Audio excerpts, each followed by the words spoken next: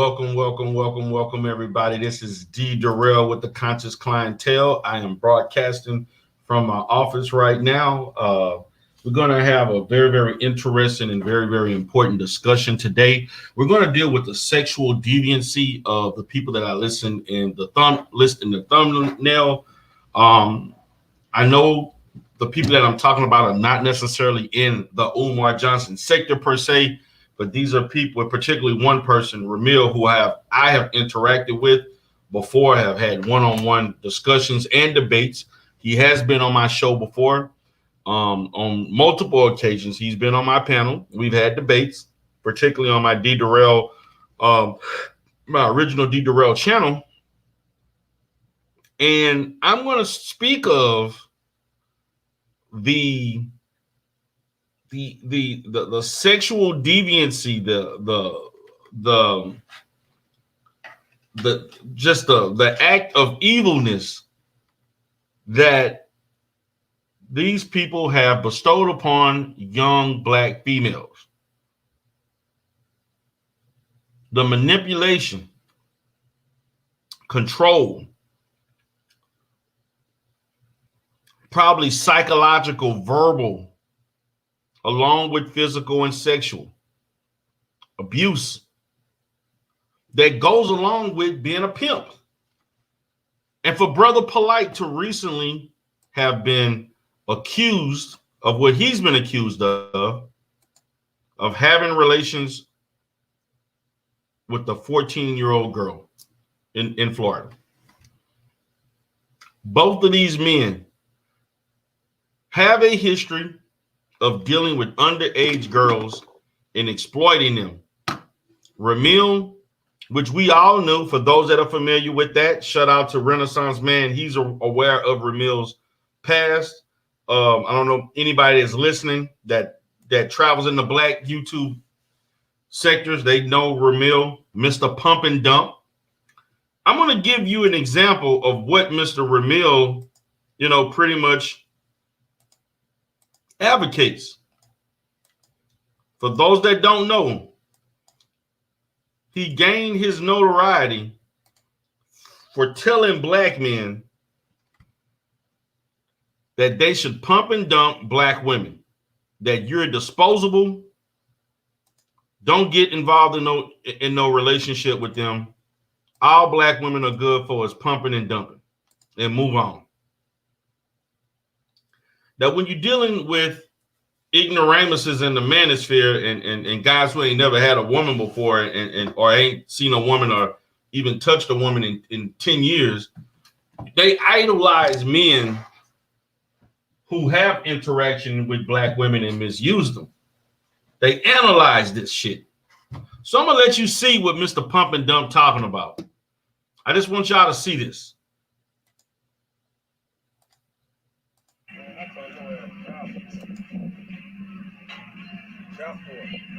This is what he's all about. I told you, child support. I pay child support every month. That's what you wanted. That's what you got. Child support. Hey, man, if it's that bad, man, I told you, Walmart is always high. I ain't trying to hit all that shit, man. I ain't ready to fuck up that. This is him in the car, in the white car. What you doing over there? Hey, you know me, man, just, sitting on the couch. Well, now I'm on the bench, you know what I'm saying? Shit, you ain't said nothing but a word. I gotta go, bitch. Oh, shit.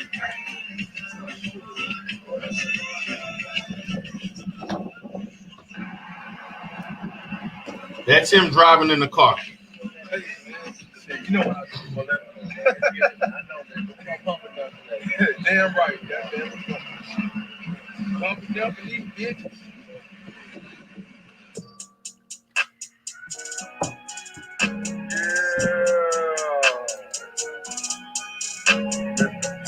Look at that whack ass dance they doing. What the hell is that? Pumping, dumping these bitches. Pumping, dumping these hoes. Pumping, dumping these bitches. You know how the shit goes. Pumping, dumping these bitches. Pumping, dumping these hoes. Pumping, dumping these bitches. You know how the shit goes. Pumping, dumping these bitches. Pumping, dumping these hoes. Pumping and dumping these bitches. Wow. You know how the shit go. Pump and dumping these bitches. Pump and dumping these hoes. Pump and dumping these bitches. You know how that shit go. Hit the bitch once, don't call her back. Hit the bitch once, now calling back. She going to my phone, I tell her I ain't home. I ain't tryna tell her that the hair was whack. Bitch get mad, I fuck around, get smacked. I ain't really tryna go through all that. Say you want the truth. Now this is Ramil rapping. Bitch, I'm an OG, gon' fall for the trap. Talk the back and get dropped. Raise the voice, the bitch block. Think you the only baddie out here that shoot shot, bitch stop. I ain't like these simp niggas that open doors and wanna hold your hand. I'ma be the side dude inside you, see back to your man. Hoes say that I'm toxic. Nah, bitch, these niggas lost it. Lame niggas gassing up your head. I don't like pics, you get dick instead. Got head while smoking on the end, though. Then put the bitch in the friend zone. So many hoes can't worry about one. So pumping dumb hoes, yeah. When a dumb hoes, yeah. Pumping dumping these bitches. Pumping dumping these hoes. Pumping dumping these bitches. You know how the shit goes. Pumping dumping these bitches. Pumping dumping these hoes. Pumping dumping these bitches. You know how that shit goes. Now this is him pumping, dumping these bitches, pumping, dumping these hoes with a little whack ass dance. But this is what he talks about. Now, to Ramil's credit, he openly talked about being a pimp. Now, when I think about pimp, I think about somebody that sexually, financially exploits women to have sex, take advantage of them, living off of their work, mistreating women, lowering their self-esteem, physically abusing them, manipulation. And the last time I checked, pimps don't have no heart, particularly when it comes to women. And I have seen young girls in my field get abused physically, sexually, financially by pimps. Okay? And this is facts. This is facts. I have seen this over and over and over. Now, this same Ramil is the same guy who also was in another incident a year ago where we found out he was doing X videos with nasty crackhead women under something Coco Kitties or whatever the hell the name it was. Let me show y'all this. Let me show you what Mr. Ramil was doing. This is, and shut out the Grandmaster Troll that talked about this. As you see on this screen, this is Mr. Sexual Deviant pointing out that he does X videos, Coco Kitties, whatever the hell the name was, where he was acting as a porn star. Okay? It's the same guy that went in the manosphere talking about, I don't give a damn about no hoes. I don't give a damn about no bitches. I don't give a damn about no hoes. Hell with all bitches and all hoes. All they good for is pumping and dumping. This is the same guy that also admitted, who thought it was normal to have sex with 8-year-olds. As an 8-year-old, I'm sorry. Let me repeat. This is the same guy that admitted to having sex at the age of 8 years old and thought it was normal. Now, who does that sound like? This is the same guy, I'm going to repeat, was on a panel and admitted that he was having sex, I think, with his babysitter. He was 8 years old and he thought, man, I've been fucking since I was 8 years old. He thought that was normal. And the Negroes on the panel were listening to him and was quiet and not attempting to correct him. Now, for myself, I'm one, I don't give a damn what you think. If you're saying some dumbass, sick shit like that, to think you understand fucking at 8 years old, that's a problem. And it's obvious to me he has some untreated trauma. And this is why he thinks of black women in the manner that he thinks. And that's why he's able to pimp them and do all the things he does, because he hates black women. He has not dealt with the trauma, whether he felt it was pleasurable or not at 8 years old and older, of the fact that he was exposed to sexual acts far earlier than what he should have been. Wasn't even a teenager yet. But see, this is the pathology, the psychopathology of the manosphere. You got guys like this. As some of you all know, I was beefing with a sexual deviant that went to jail and got out, and they opened their arms to him. Me and this guy was beefing for a good 2 to 3 weeks until we finally ran his ass out of the sector. But don't you know there were people who were upset and mad at me for saying that a man who just went to jail for, I think that was in 2017. He was in jail for like 4 years, almost 3 to 4 years, for choking a woman out, for having sex with a minor, strangulation. He has multiple charges of causing harm to women. And you all want to sit here and praise him like he's a god of the manosphere? The fuck out of here. This is what this guy did. There are a lot of criminals, man. This shit is ridiculous. The level of criminality in the manosphere. In YouTube. Let me show you all this. This is what he had going on X videos. Coco Cuties. This is the bullshit that he had going on. X-Pimp. Now, obviously, X-Pimp, so-called real estate extraordinaire. Now he wants to be a great YouTuber. Also exploiting little girls. Claims to know all ways of making money in a variety of different ways and so on, including porn on X videos, Coco Cuties.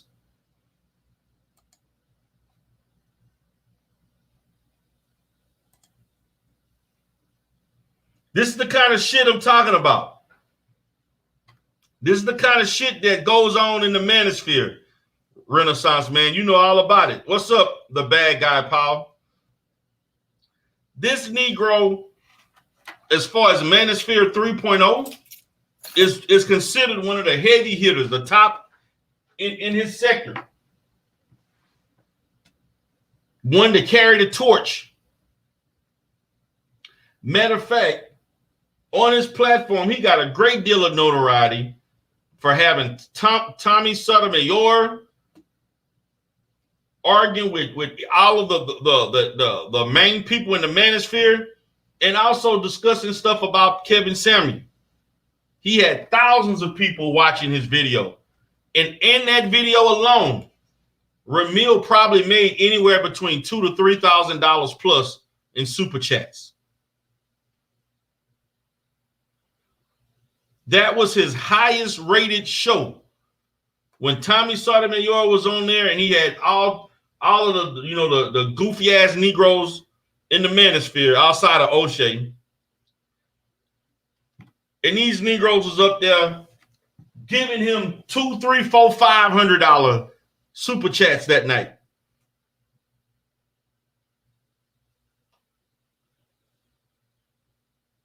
This is a guy who ain't but about a buck 150, a buck 50, 150 soaking wet. The same Negro that when I was on a panel with BMT said, I'm tired of seeing black men get their ass whooped. If a woman hits you, you beat her ass. Whoop their ass. I don't care who it is. I'm tired of seeing black men get their ass whooped. Somebody hit you. If a black woman hits you, you beat her ass. And BMT can second that for those that know BMT. The same Negro that debating people on pump and dump, on why black men should practice pump and dump, and you are simply if you get married, you are simply if you marry a single mother or woman with children,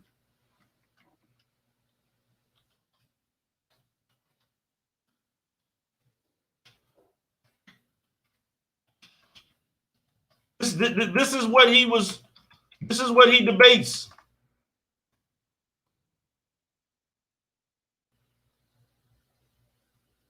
This is what he was doing.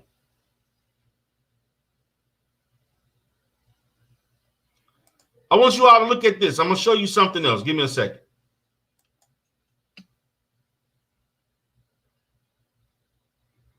Just give me 1 second. It's some goofy ass shit that goes on in these sectors, man. It's a lot of goofy ass shit. Just straight up. And this is one of them. This is him. Coco Cuties. X videos. What's up, Rollo? This Negro going around paying women $100, $150. These were some low quality looking ass bitches. I'm sorry. Ugly ass women that you got off the street. And he's supposed to be a pimp. He admitted to going to jail for 1 year. 1 whole year behind this shit. He should have went to jail longer. Pimping out little girls? Are you serious? But this the Negro that the manosphere be uplifting, man. And they wonder why when other people watch this shit, they think you're losing your goddamn mind. Period. Now let me get to somebody. Let me get out of this one. I think that's enough. I kind of went enough on that. So let me go into the other video. I want to show you what he debate. But y'all be wondering why I go into other sectors, man. This is why I work in other sectors. I do shit in other sectors because of the shit that be going on. Listen to this. I want you to see this.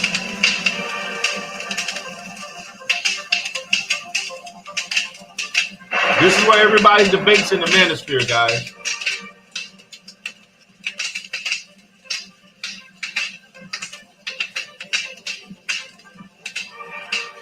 Fair use.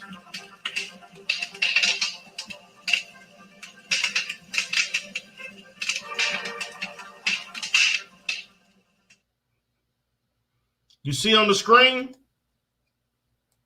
Look what's on the screen. That's him. Now this is what the debate is about. Debates. Open your mind.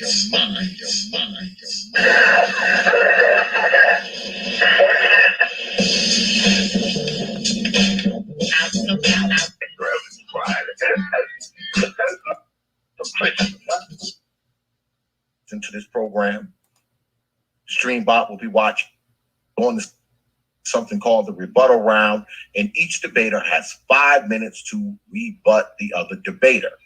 Listen to this for shit. A while, maybe take a little break, and when we come back, we go into something called rapid fire, where they will not be on the clock. Fair they use. Will be directly engaging with each other, mano y mano. We do that for a little while, and then after that, we do closing statements, and if the brothers have time, we actually take questions from the chat.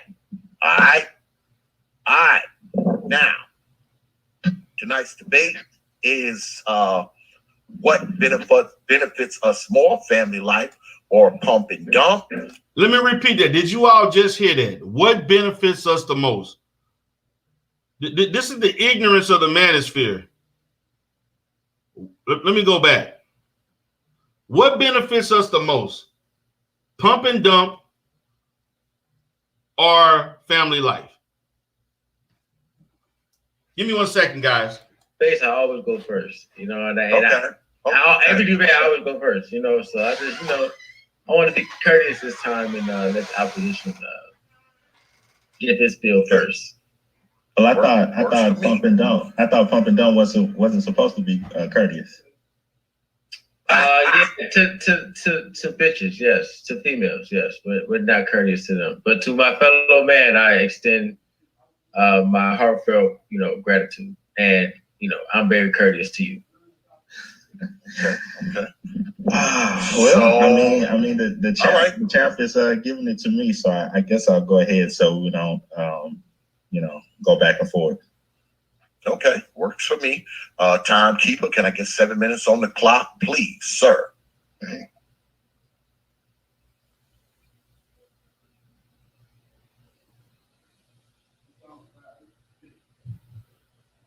You may go. You didn't hear me? Okay, you ready? All right. Brother Supreme, you up. All right. Well, first of all, thank you for having me. I enjoy being on these type of debates and whatnot. When it comes to this subject matter, what is more beneficial? And then it says for us, one section says for our society, family life, or pump and dump. So first of all, we have to define what is us or our society. I'm not sure which one my interlocutor prepared for, but if he wanted to go with the whole thought of us being Black men and being the focus on Black men, I can do that.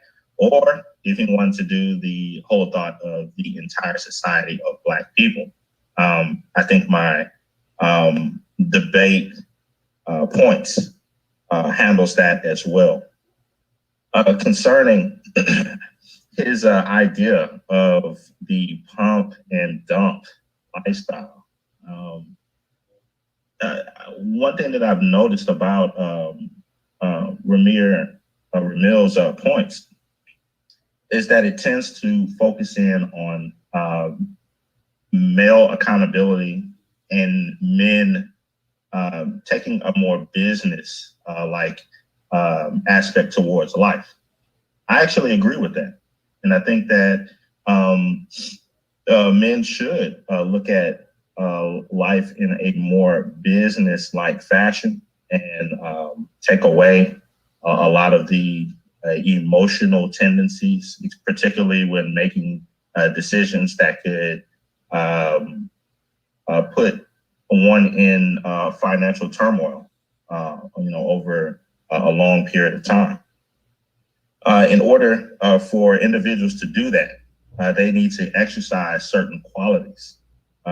One that I think my interlocutor would approve of would be delayed gratification, not just going after anything that comes your way, but taking a more business-minded approach to saving, planning, building various things, either for oneself, if the argument is us, or for society as a whole, if he's talking about, as a society. This is very difficult within the Black community because delayed gratification is something that is almost anti-typical to how many of the families are set up in the first place. A lot of the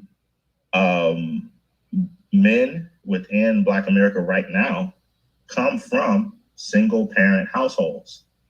If you look back in like the 60s, 70s, 80s, 90s, one of the major aspects of caricatures of Black men was that of a pimp, a player, the whole Casanova role, that whole aspect.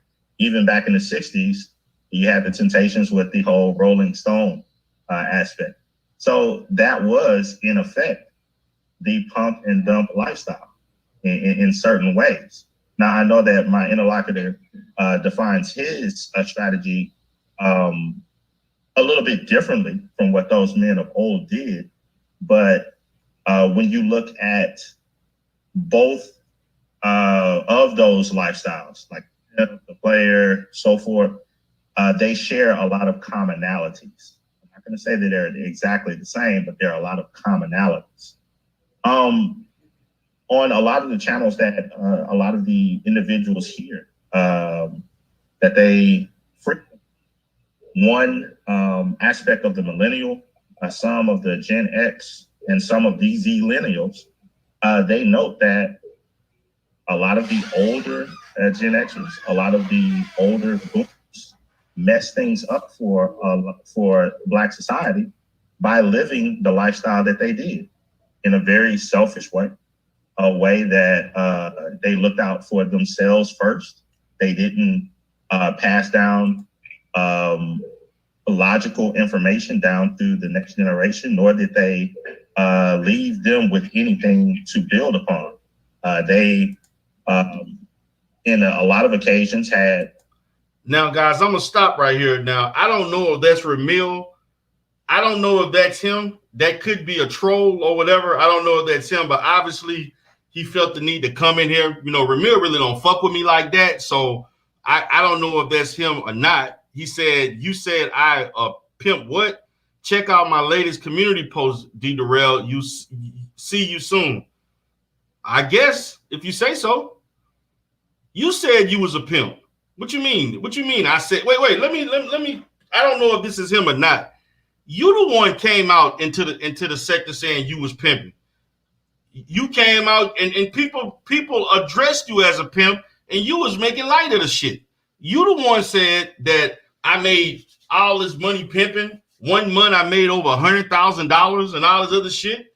You said all of that. Is that not true or not? You was straight up.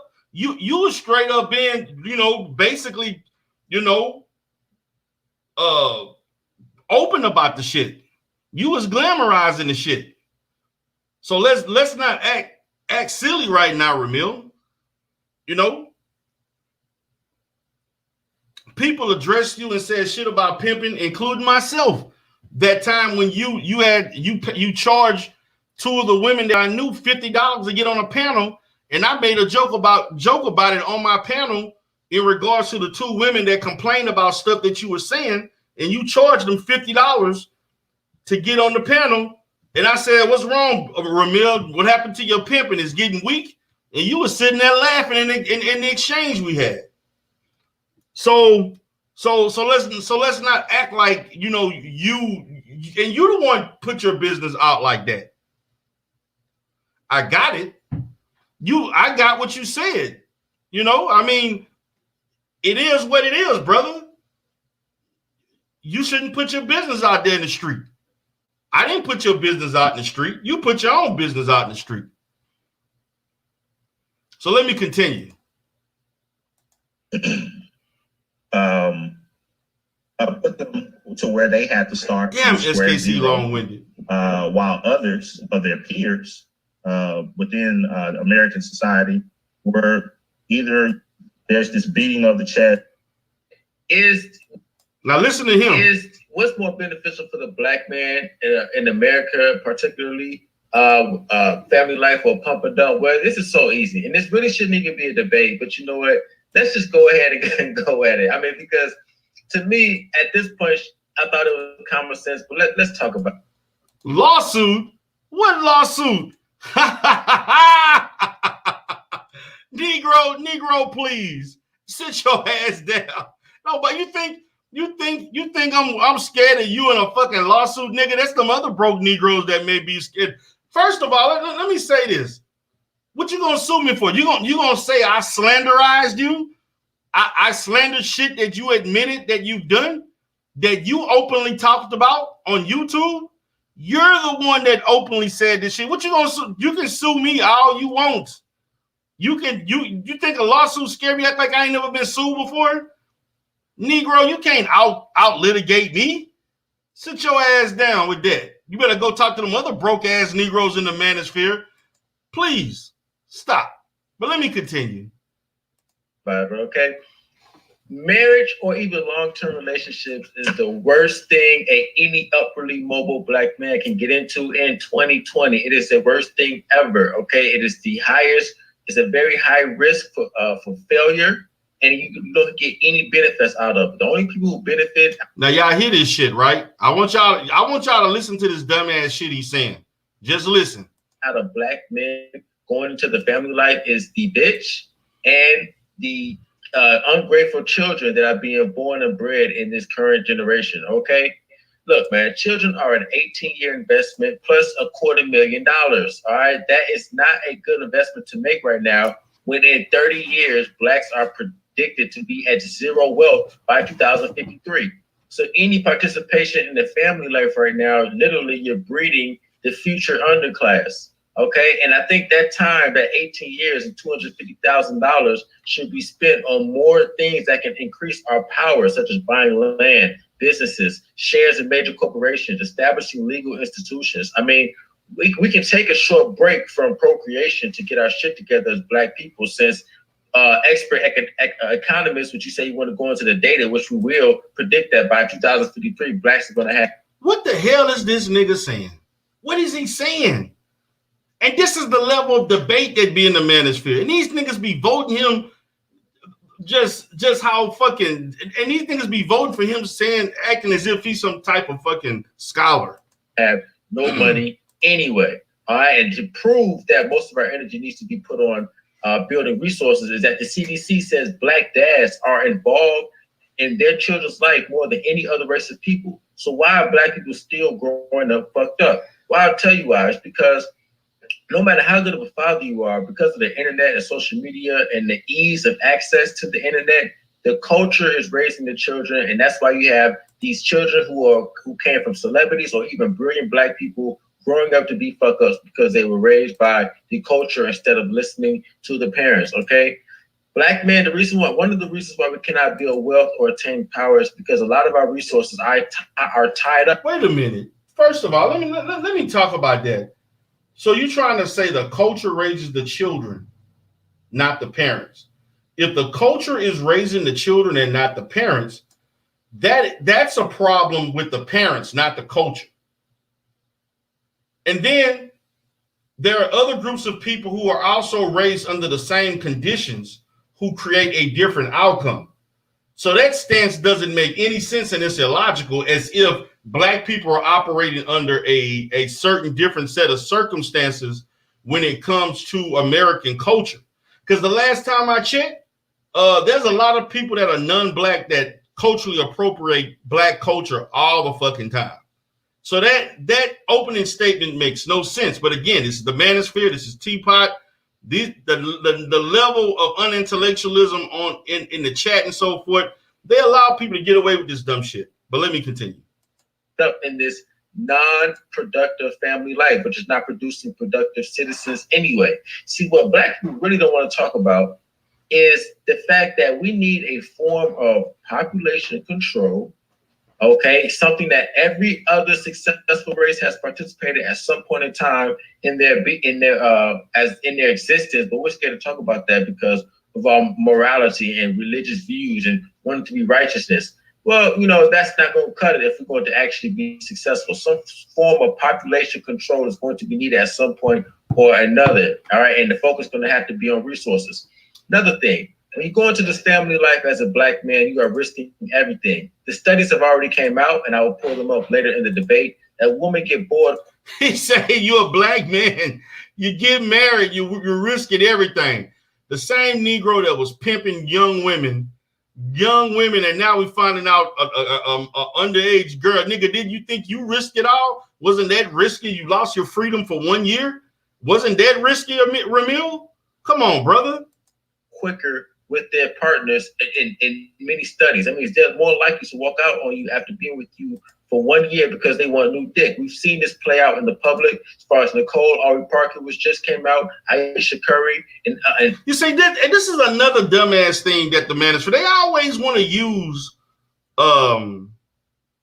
They always want to use anecdotal examples of fucking people of entertainers, notable people in social media, celebrities and shit like that.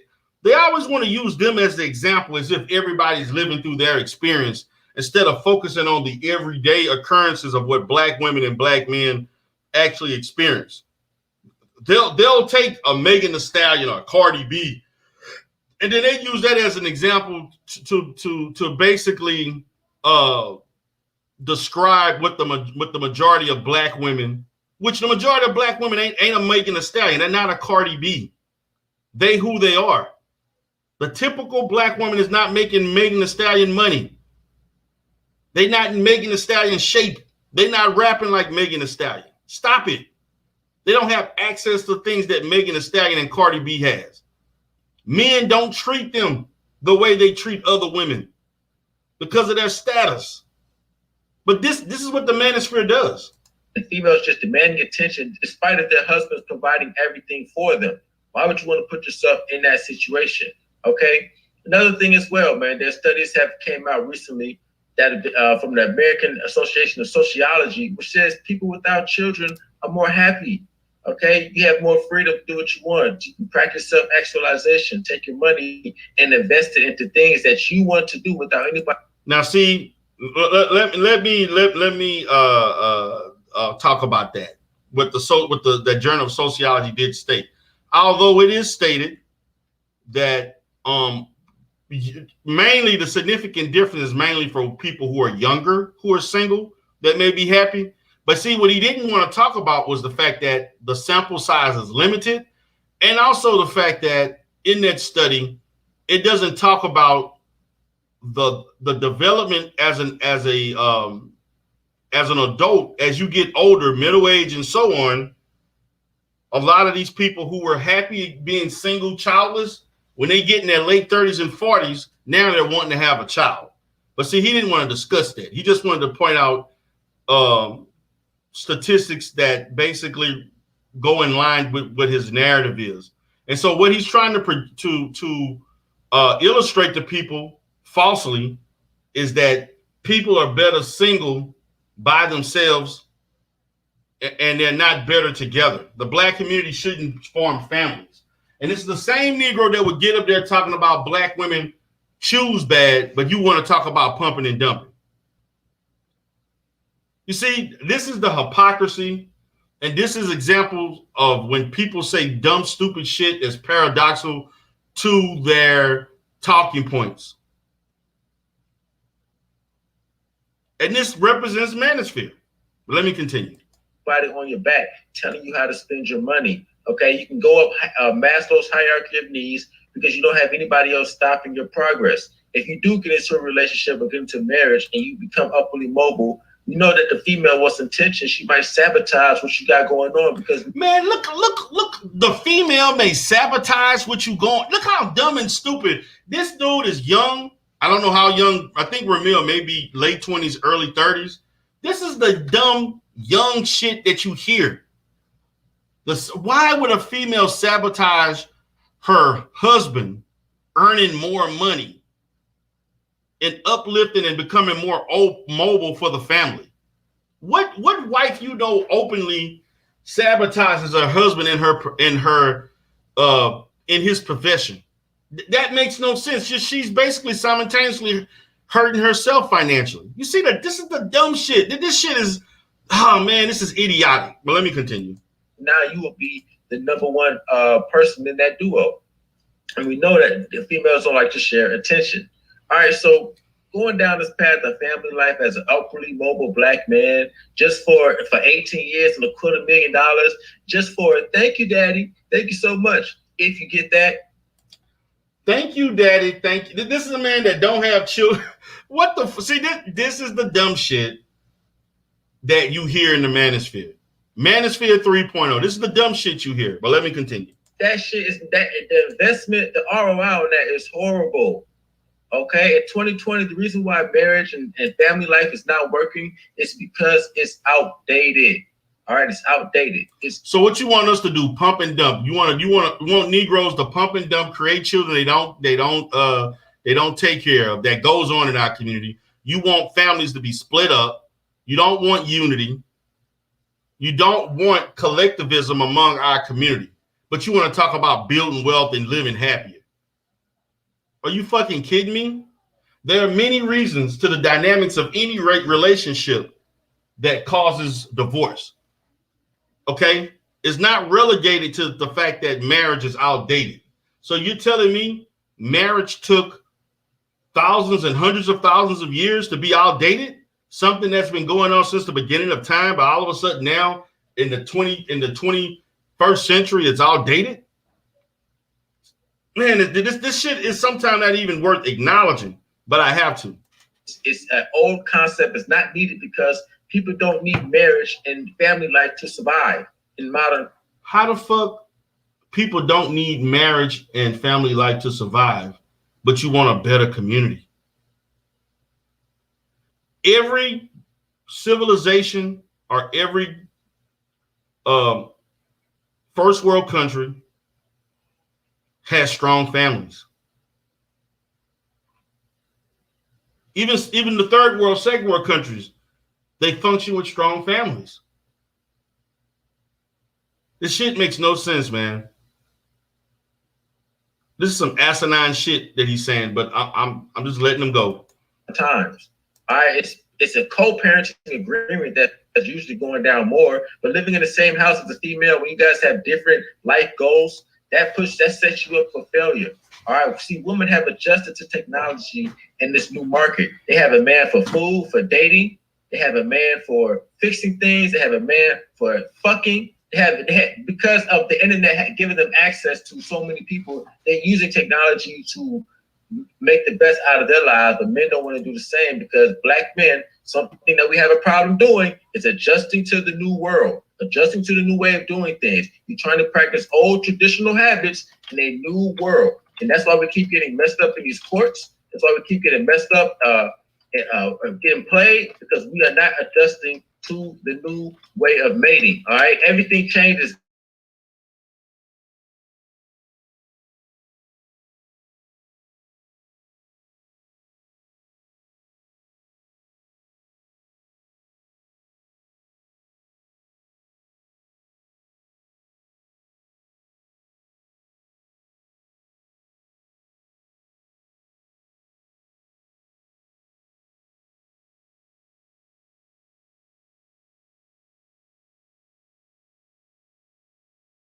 Sex is the act of sex.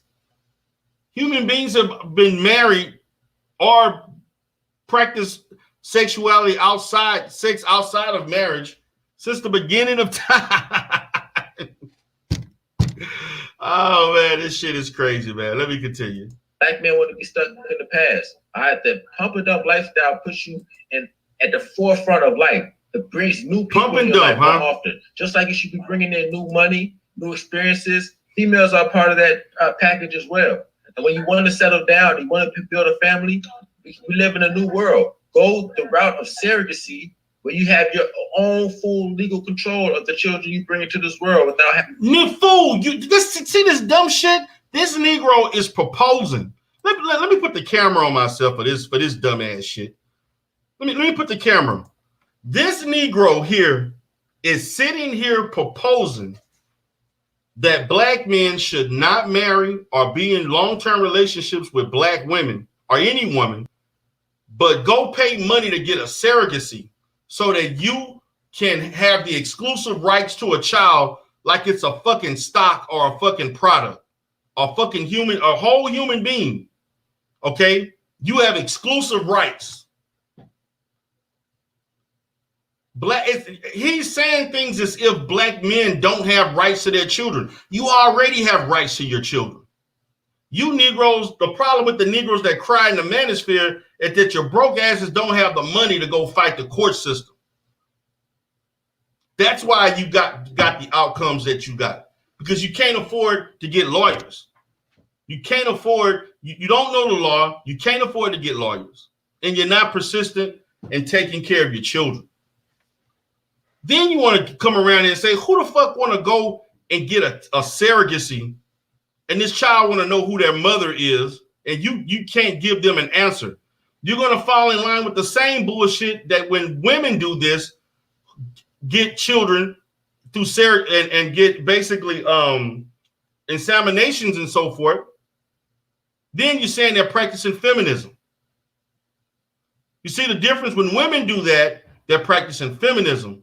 When men do it or black men do it, you're practicing intelligence. You see the hypocrisy in this? This is why you can't respect what some of these dudes say. They get on the internet and they say all kinds of dumb shit. I just wanted to make a point to talk about that, because the shit is like real dumb. And it's like when you hear a lot of dumb shit all the time, it just have your mind spinning.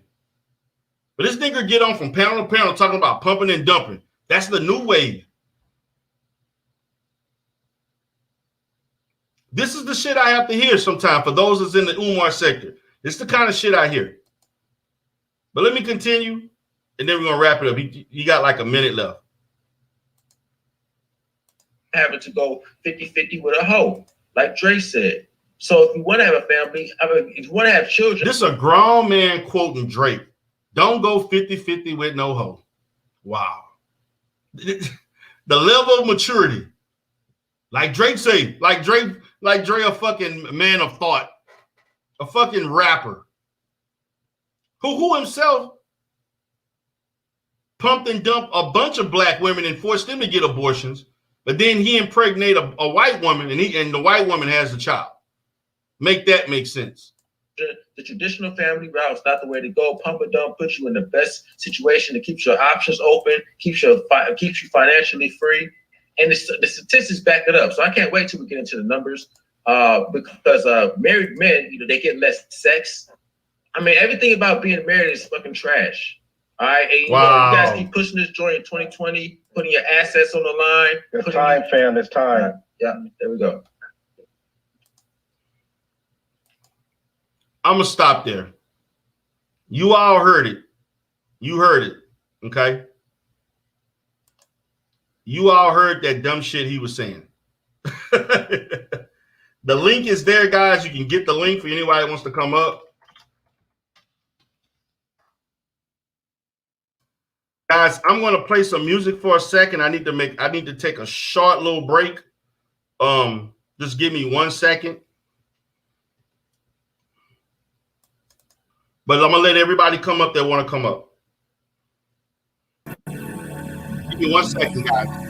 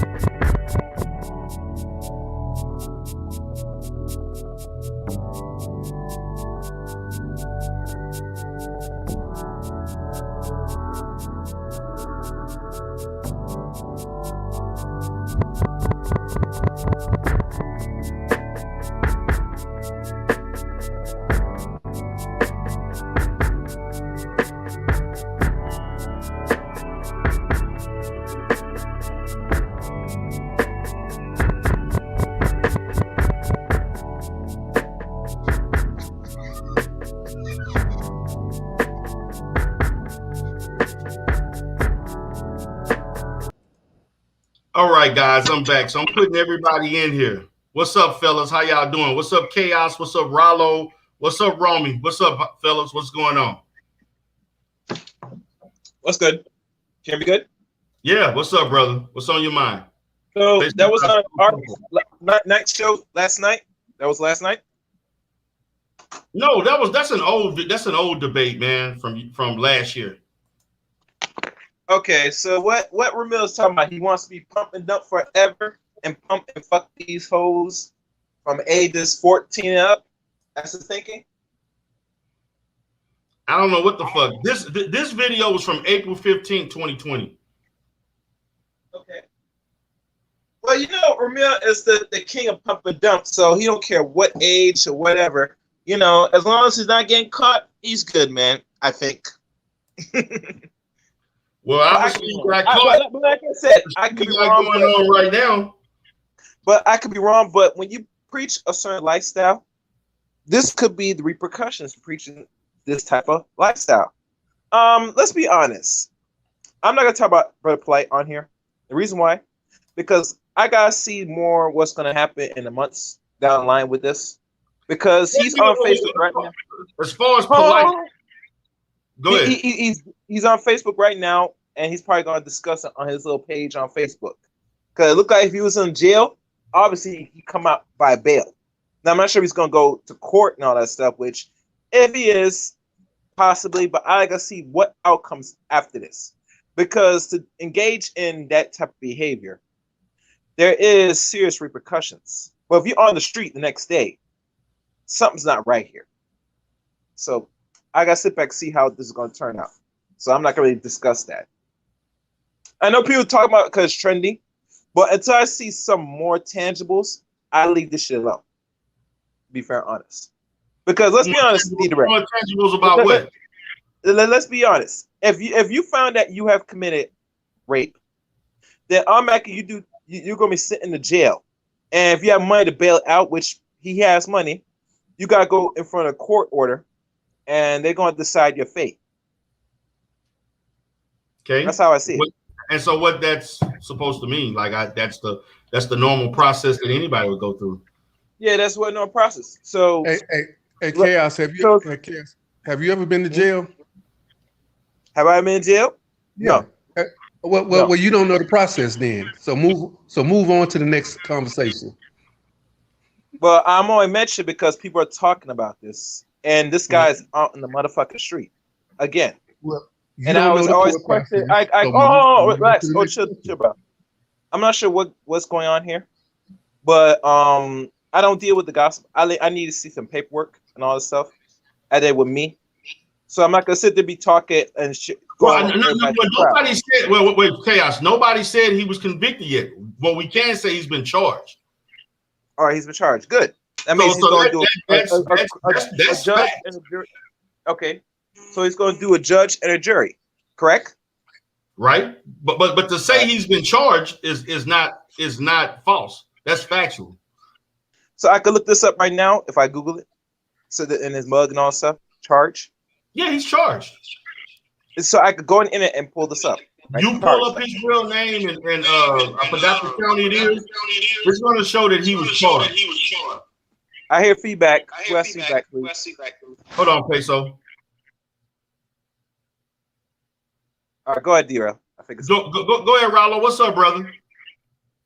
What's going on, man? What's going on, fellas? What's up, fellas? What's up, man? Yeah, so I don't know too much on the Polight thing. You know, I talk about it a little bit. You know, I saw it on the feed or one of the pro blacks because, you know, I follow you. So I guess whoever you watch, you know what I'm saying, I saw the feed. And so at first I'm like, they say he's messing with a minor. I said, okay, I'm going to say alleged because we don't know the truth. We know that Tasha K put out some information and the documentation, this and that. I didn't see no him locked up at all. Yeah, he got bailed out. Did he talk about it? Did he talk about it himself? Yeah, he posted his bond. Okay, so he posted his bond. Did he talk about it on his live? Or he can't? Oh, well, obviously he can't talk about it. No. Somebody may mention that Sonetta called him yesterday and he was on the phone with him for a few minutes. I don't know how true that is. That's what somebody let me know. I didn't see the video. It's not out there. So I'm gonna say this. Being that he's in the entertainment world, right? And he's been around certain folks for a certain amount of time, you know they ask for something in return. So we have heard many stories of people doing certain things for certain people for certain favors. And because of that, if he took this young lady to a spot, ain't they supposed to check the ID? He took her to a club, something. I'm trying to make sure that this is what I'm hearing. Did he take her to a spot or he took her to a hotel? Which one is it? They showed a spot. I don't know what kind of spot this was. It had a picture of him, and they showed the other side of the guy being, you know, I don't know what the spot, the name of it was, but he allegedly took her somewhere. I can't tell you exactly what type of place it was. So the lady that he's dealing with, he just recently dealt with her? Or he's been with her for a while? I don't know, man. Because they're saying that it's too strange, man. It's too strange. What they're saying is that this is the daughter of a chick he was dating. Ain't this the one he didn't deal with for a while and he brought her back? I don't know, man. Polight had so many women, man. Because Polight, and I don't deal with him like that. So that's why I'm I know, asking. but the reason what I'm saying is that I understand. I know that you're an advocate of polygamy, okay, and so on. And the thing about it is this giving it a bad, because Polight has been practicing polygamy for years, Right. and the fact that this is, I don't know if they're saying that this is his girlfriend's underage daughter in Miami. That's what they're saying. Okay. Which I'm assuming was probably his wife. I'm assuming Polight probably had a wife. He probably treated her because of his history with polygamy. I'm assuming it's like a wife. This is one of his wives. Okay. I mean, maybe I may be going too far to say it's his wife, but guys that I know that practice polygamy, when they usually take on a woman, they take on her as his wife. Absolutely. So that's what I'm assuming. So I don't know if that's true or not. But when I saw the information, I was assuming it's probably one of the daughters of one of his wives. So did you get the document yourself, or you just based on what everybody else talking about? I seen multiple reports of it from different sources. I don't have a police report. If that's what you're asking, I don't have a police report. If it's no police report, I gotta say allegedly, because normally any situation like this, right? A police report will be a police report. We will see news about it, and we know TMZ is the CIA of all entertainment. They would have been knocking on this right away, and we know the Breakfast Club would have been on this. So they're not saying anything. We got to go allegedly. I will say this. I said it. It's a humiliation. Now, if it's true, he got to deal with the consequences. And I'm going to say this to everybody. And D. Darrell, they don't want brothers that is trying to do the right thing, that have it going on, to make sure these ladies is good and family going on. If this is happening, they're going to demonize the polygamy on the black man. Notice I said the so-called black man, not any other man. Every time a so-called black man is trying to do something right, they're going to use one particular story when it comes out, if it's true, and say we all the same, and that's not true. This place, man, that's why we got to counterfeit it right then and there. Yes, I advocate men, if they want to do it, to have more than one lady. D. Darrell's correct. Especially what's going on now. You know what I'm saying? And then you heard Ramil said himself, we need to depopulate. Did you not guys don't understand that there's a Jaja Guidestones of depopulating to 500 million, the whole world? Okay, so he's advocating that. Wow. Crazy shit. When I heard that, I said, oh, I know I just didn't. And then he said new world order. He ain't say order. That was some crazy. Matt D. Darrell, man. Wow. That's some, like you said, the demonic shit. He said that was demonic.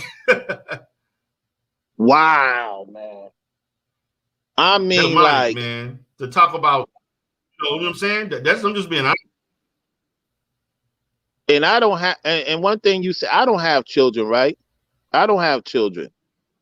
And yeah, when I was in my 20s, you know, I was doing my thing. At the same time, I always wanted to have a family, just not with any woman. You know what I'm saying? Because, you know, it's some wild chicks out there too. At the same time, man, like, you as a man supposed to leave a legacy, man, regardless, man. And a lot of you guys that do that pump and dump, man, is he gonna bail you out when you're getting in trouble?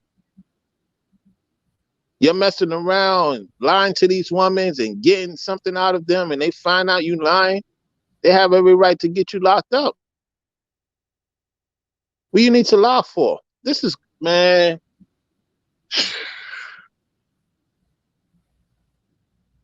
It's over, D. Darrell, man. It's over for the so-called black man. Huh? What do you think about Ramil saying because I didn't think he was gonna show, because me and Ramil don't fuck with each other like that. Ramil came in the Oh, chat and he was shit talking watching. He was about. watching it. He was watching our live yesterday. You know, he was watching me. You know, because Yeah, I Gabe know. was over Yeah, by us yesterday. He was watching. He was right. watching. Gabe So probably. so so Gabe probably so text now him. Yeah. now you're threatening everybody with lawsuits. Yeah, I saw Grandmaster Cho. I'm like, what? Wow. He put a post, but wait, but see, my thing is this: this Negro was the one that came out and said he was a pimp. Nigga, nobody exposing some. This shit is not. You the one said you was pimping.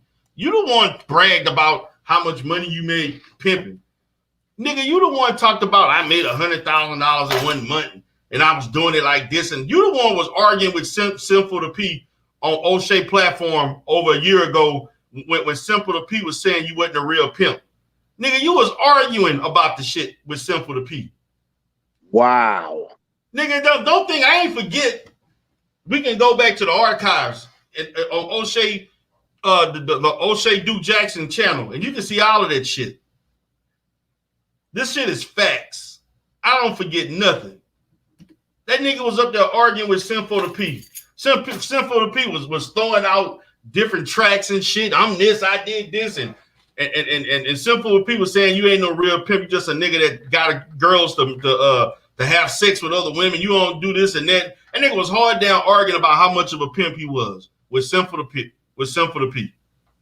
I never saw that video because I'm not with the Sinful to Pete thing either, man. Yeah, I'm I know. Not either with that hardcore too, none of that shit, man. I ain't with none of that Simple bullshit, because he got his own situation too. But my thing is that what I'm saying is that there are a lot of pimps who've done this. Yeah, there are a lot of pimps who take in underage girls who are not women, meaning that they under the age of under the age of 18. I don't give a damn about no 17 and consent. I'm talking about under the age of 18. Okay? Right. Yep. Doing that shit. And the thing about it, prostitution, if you are arrested as a pimp for soliciting prostitutes, they're gonna hit you with a human trafficking charge. Yep. And that's what I was trying to say last night when old boy Gabe was trying to backpedal on the fact. I'm sitting there like, Gabe, quit acting like you ain't been part of the Manosphere. Stop. Nigga, you've been on O'Shea channel doing the Hall of Game and other shit. You go on other people's channel. You've been on Femininity Breakdown. You've been on some other. I've seen Gabe Abe and all type of men. To say you ain't now, you can say you associated, don't mean you agree with what they're saying. This Negro was trying to act like he ain't got no part of nothing. I mean, he was acting so clueless and gaslighting yesterday. It was unbelievable, man. Unbelievable. Yeah, I'm like, Gabe, stop. And then he doing what whatchamacallit try to do with me and other people over there. I know you frequent with him. It's just that's what Gabe was trying to do, try to get me and Rude to disagree on some things. I don't know what's going on. Like, that's crazy, man. I'm telling you, these men. Hey, can I say something? Wrong, man. Right. Go ahead. What's up, Romy? Go ahead, brother. Yeah. Let me say something. I'm gonna try to be quick.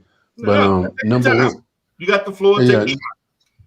Number one, this manosphere stuff. I want to create something called the mana universe, the manaverse, because this manosphere stuff is ridiculous.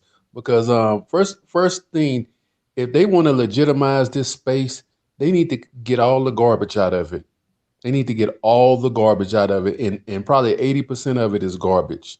Just like Ramil, Simple to P. First of all, pimping, to me, pimping is probably one of the lowest, nastiest, dirty, low-down crimes you can commit, besides maybe child pornography or child molestation.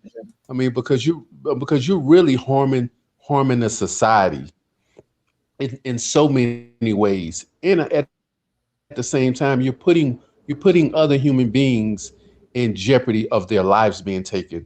Because when you out here pimping women, you exposing them to all kind of low down, dirty, nasty men that are capable of killing them, capable of giving them a disease, capable of doing almost anything to them. And for you to be out here promoting that and putting that out into the community shows that you don't care about the community. So with him saying that the depopulation and all that other stuff, he doesn't care about the community. You got to understand something about pimps. Pimps are some of the most selfish and manipulative people on earth. They're very narcissistic in a way, and they don't care about nobody but themselves. They don't care about the trick. They don't care about the hoe. They only care about themselves. As you can see, they keep all the money. They buy all the nice things. They keep the women on drugs and so forth and so on. And these women live miserable lives for the most part. So the first thing, if they want to legitimize this space, they need to get all the garbage out of it. What you have to understand as well, though, is this space makes a lot of money. There's a certain particular consumer of this content that consume this content. It's a male that doesn't go outside, that doesn't really socialize, that's afraid to approach women, socially awkward, and they pretty much dislike women because they can't. And this is the thing that people gotta fail to realize is the reason why men are complaining about women is because these men are mad because they don't have the access to run through these women like they used to 20, 30, 40 years ago when they could have a wife on one side of town, the wife inside the house. She couldn't leave. She had 3 babies, so she couldn't go nowhere. If she did go somewhere, there wouldn't be any type of financial support for her. She couldn't get a job, so she had to stay there and take the abuse. So these guys are mad that they can't jump from woman to woman. These women, and in essence, what's happening is that these women are now holding men accountable because now they have the economic power to hold us accountable, meaning that we can't be marrying these women and then go and cheat with somebody else because they'll leave us. They have the ability to leave us now because they have the money and the freedom to step away. They don't have to be stuck in the prison anymore. I can't cheat on my wife and then threaten to beat her up if she leave, or don't give her any money for support, or no support for the kid. I can't do that anymore. If I cheat on my wife, she can get her ass. If she has a job, she can get her ass up and pack her clothes, and she can get out the house and go get her own apartment, her own house, and then force me, which I shouldn't be forced, but force me to help her take care of our child, which I should be doing from the get-go.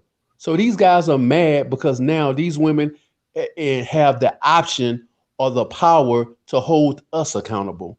That's what it's all about at the end of the day. That's what they mad about. Wow, you said a lot. It's a lot of shit, man. It is. It's a lot of guys in here, man. Man, it's like what gets me is that whenever someone has a alternative viewpoint, the hostility that they show towards you if you don't agree with everything they say. Like, I'm like, that's why I'm not really liked, because when I hear them say shit that I know is not statistically correct, or it doesn't make any sense, or it just goes against what I do for a living, and I stress that these Negroes get mad, start yelling, start cursing, they start losing their mind. Because it doesn't fit your narrative. It doesn't fit your narrative. Right. I'm very unlike tier 2, and I'm new in this space, and I'm very unlike just like you. It doesn't fit the narrative because you got to understand something. This is a business now. The Manosphere is a multi-million-dollar business now, as you can see with Fresh and Fit. You can see with O'Shea Du Jackson. You can see with Kevin Samuels, Angry Man, and all these new guys. And you got to understand something. The worst thing that happened to the Manosphere, believe it or not, the worst thing that could have ever happened to the Manosphere is Kevin Samuels being successful, because now everybody is gonna shoot for Kevin Samuels. He's the barometer now. He's the goal. Everybody wants to be the next Kevin Samuels, and not necessarily in his particular genre, but they want to be as popular as Kevin Samuels in their own little quasi niche inside the Manosphere. So that was probably one of the worst things. So people are gonna go even harder now, because People, and you got to understand something. Fame is very addictive. Fame is you got people worshiping you now. You got people giving you money, and all you got to do is just talk. You just got and a lot of these guys, they don't. And you would think that being it be called the manosphere, because men, we're logical. Men are supposed to be logical. We supposed to have the ability to reason and understand things and go fact check and stuff. And unfortunately, black men, we don't. And they have this little sector where they have a lot of ignorant consumers that want to hear. It's almost like when Derek Jackson was telling all these girls what they wanted to hear. It's the reverse. They just want to it's almost like confirmation bias. They want to be confirmed that what they're thinking is absolutely true when it's not. Wow. I hear you, brother. What's up, Flacco? What's up, We On Lock? Go ahead, Flock. Yo, man, here. So what I will say is this, right? And here's why I think the extremist manosphere guys, right? And here's why I think they serve a very useful purpose, especially in the ecosystem that is the manosphere, right? Is when you had a world, right, where we're currently in, right, where women are developing personalities where they believe that just by their very fabric of existence, they are entitled to luxury, they're entitled to being taken care of, right? And for years, you've had guys like Derek Jackson and whatever pimp, right, where those guys will reinforce that on a daily basis, right? And what that did was, when these women seen a 6'4" Derek Jackson, rich, successful, right, and he's telling them, yo, you are entitled to this. You do deserve this, right? Now the average guy don't have a voice to say, bruh, you ain't worth no, vacation house, no Birkin bags, right? So when we have like guys, again, like Pump and Dump guy, right? I feel like, again, and he's a necessity because he's so saying are you something. Gonna practice pump and dump, Flacco? Huh? Are you gonna practice pump and dump? I got a wife, man, so nah. No, exactly. So that you just made my point. Nah, you see that's my thing. You're advocating for a practice for something you wouldn't even practice. No, right? But I asked you a simple question. Would you practice pump and dump? I'm an alpha, so I no, need to, right? Would you practice but let me address it though, right? Yeah, yeah. Let me just unpack it though, right? So, and here's where I think is needed, right? Because look, I'm already on the far end of the spectrum, right? Where I know my worth and I know that no woman is entitled to anything. However, there's a simp out there who worships women and who thinks, yo, women are the end all be all, and he needs to hear that message. But hold on, wait a minute. See, this is the problem, and this is the thing I got with the manosphere. Why are you concerned with what another man views the worth of another woman? Why are we concerned? If there's a guy that want to spend his money on X, Y, and Z woman, why is that the business of another man? You can't define what, like, say for instance, if I think I got 3 wives. You can't get mad they want to buy women's stoves. Yes, you can't. You really can't. Now you can make fun of it, but I can't tell another man what to value. And that's the issue. You can't tell other men what they should do with their money. You can't tell another man how he should treat a woman that he wants to be with. Right, but they're not talking, right, but to men who want to do that, right?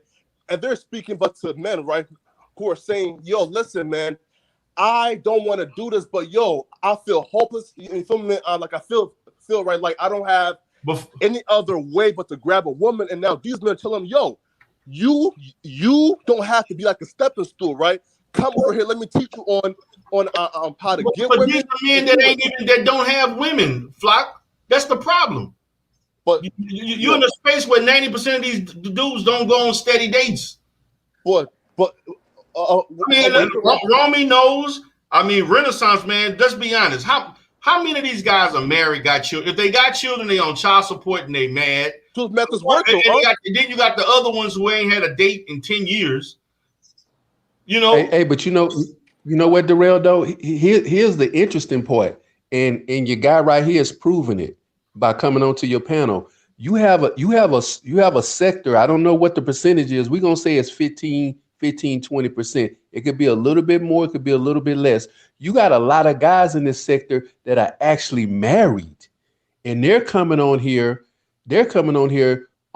sneaking, because let me tell you something. If you married listening to red pill content or manosphere content, you're sneaking around, because trust me, if your wife, after an hour or so of listening to that content, your wife gonna be looking at you side-eyed. Fantastic. That's what happened to Mr. Fantastic. Oh, I got a long-term girlfriend. Yeah, I don't have an actual wife. Hey, see, I didn't know that. I didn't know that, but you see what I'm saying? Nah. That's my fault, bro. For me, I said wife, bro. You feel me? That's my fault, man. My bad for misleading you. You see what I'm that nigga lost his wife but D-Darrell, that shows how toxic the ideology in the space. What I'm saying, because you got a sector, and these guys a lot of times they're disgruntled. Because let me tell you, when they get married, let's just keep it 100, married because they love the woman, they want to help the woman out, or they want to. And what happens is that unfortunately with men, we get what is called remorse. We get buyer's remorse after 2-3 years in the relationship, and we're looking for a way out. We feel like, you know how when you go somewhere, you buy something and then you feel like you overpaid or it's too cheap or something like. So you start getting disgruntled and upset. And this is what happens to a lot of these guys, which draws them into the manosphere content, so they can fall right along with that. What you gotta understand is that the reason why they preach one ideology is because they need everybody to be like-minded. Because if everybody's like-minded, then they can sell you on the idea. Everybody can't, you can't have one person doing one thing and then another person doing another, because that's gonna stratify, that's gonna break up everything. They want everybody in one little fishing net so they can make money. Because everybody has to be on one accord. That's the thing I've been trying to, and someone on the panel said it. That they literally say, and I've been always saying it myself, that Kevin Samuels is he's the male version. Well, he's for men, he is the same thing that Derek Jackson is to women. Derek Jackson tells the women that it's them. I'm sorry, it's the men, and that they don't have any issues, that the men needed to get it together, and he does the same thing except to the women. He tells the men, hey, it's the women that's the problem, and the men don't have any work to do. And I'm like, but your fault. It can't be that way. Your fault. That's not true. No, we seen Kevin Samuels on camera telling a 5'7", 300-pound little dick ass Negro, listen, you're a 5'7", fat. But what a man doing asking another man about woman. Come on. Now, Kevin, bro. Man. Godfather, we can't. Stop. Kevin Samuels cannot be. We can't. Who? So we you can't gonna come ask with a man how big his dick that's is? Kevin Samuels. You gonna ask a man how big his dick is? No. Nah. But we can't say, right? But we can't say, right, to Kevin Samuels don't hold men accountable. He said, nigga, how big that's not true. You heard me. Nigga, you but right? Now Kevin Samuels hold men accountable, right though, right? Right? Can you at least say that, right? Kevin Samuels hold both men and women accountable. I right? Gotta push back. No, not on his show. He don't hold men accountable. Come on. He wasn't making no money holding men accountable. Now that's right. That's absolutely right. He wasn't making no money holding men accountable. Because here's my thing. D-Darrell, here's my thing. Because here's the thing. If men have it together as much as they claim they do, and it's just the women, you wouldn't be having these issues. There would be other women. Men who have their stuff together do not have women issues like these brothers are complaining about. They just don't. Exactly. I guess. Not only that. Let me just say one thing. Not only that, my channel, I develop a channel. I'm here in Africa. There's beautiful women here. I'm begging you guys everywhere. Yeah, I'm begging these women. I'm begging these guys to come down here to Africa. I'll hook them all up. I'll hook every last one of them up. What country you're in? in? I'm in Uganda. Oh, shit, you over there right where O'Shea was at. Yeah, I'm in Uganda. Let me tell you, I'll hook every last one of them up. But guess what? They not coming. They don't want to come. These guys want to sit there and complain and cry, and they want women to come back to the table when these women ain't never coming back to the table. They off the plantation. They ain't coming back. That's like asking your white overseer to come back to the plantation and work. It's not going to happen. But these guys don't want women. That's the problem. They don't want women. They want to complain. They like the position that they're in. It's almost like a psychosis. Something is wrong with these guys. And let me tell you something, the red pill manosphere, this stuff is actually dangerous if you really think about it. And this stuff is only going to get worse. If this stuff continues, it's only going to get worse. Because this stuff is dangerous because you can't even, let me tell you something, as men, we're supposed to be problem solvers. We're supposed to be able to solve our problems. Exactly. And let me tell you something. There's over 4 billion, almost 4 billion women on this planet. There's only 20 million. They complain about the black women. There's only 20 million black women in America. 20 million. There's over 500 million in Africa alone. So you can solve your problem, right? You don't have to date a black woman in America. You can get a passport. Or you can go online. It's so many ways. You can get a woman if you want a woman. These guys don't even want women. But here, they want to complain. That goes back to what I was saying about the men having their stuff together, because most men don't. That's the thing. The average man is, he doesn't have it together where he's just winning. So if you're out here winning, like you said, of all those women, and you're, say, top 20% of men, that's even more. That's why I'm saying they don't have those problems. Right, but dudes go back to Africa. Listen, man, I'm going to be, again, completely raw and unfiltered, right? I'm African, right? So I know what's going on, right? Like, look, for example, right? Dudes who are here, right? They can't spend $500, right? Like a smash, but the baddest chick. So these dudes hop on a plane, go back to Africa, simp and trick over there, right? And that $500 goes a long way, right? And now they're spending $500, right? But to smash with the baddest of chicks back in the Africa, right? So a manosphere, right? Solutions are, we're trying to stop simping, we're trying to stop tricking on women. So just going back to Africa don't help, right? Because again, these African women aren't fucking these dudes for free. For me, but it's hold on. Let me let Will speak. Go ahead.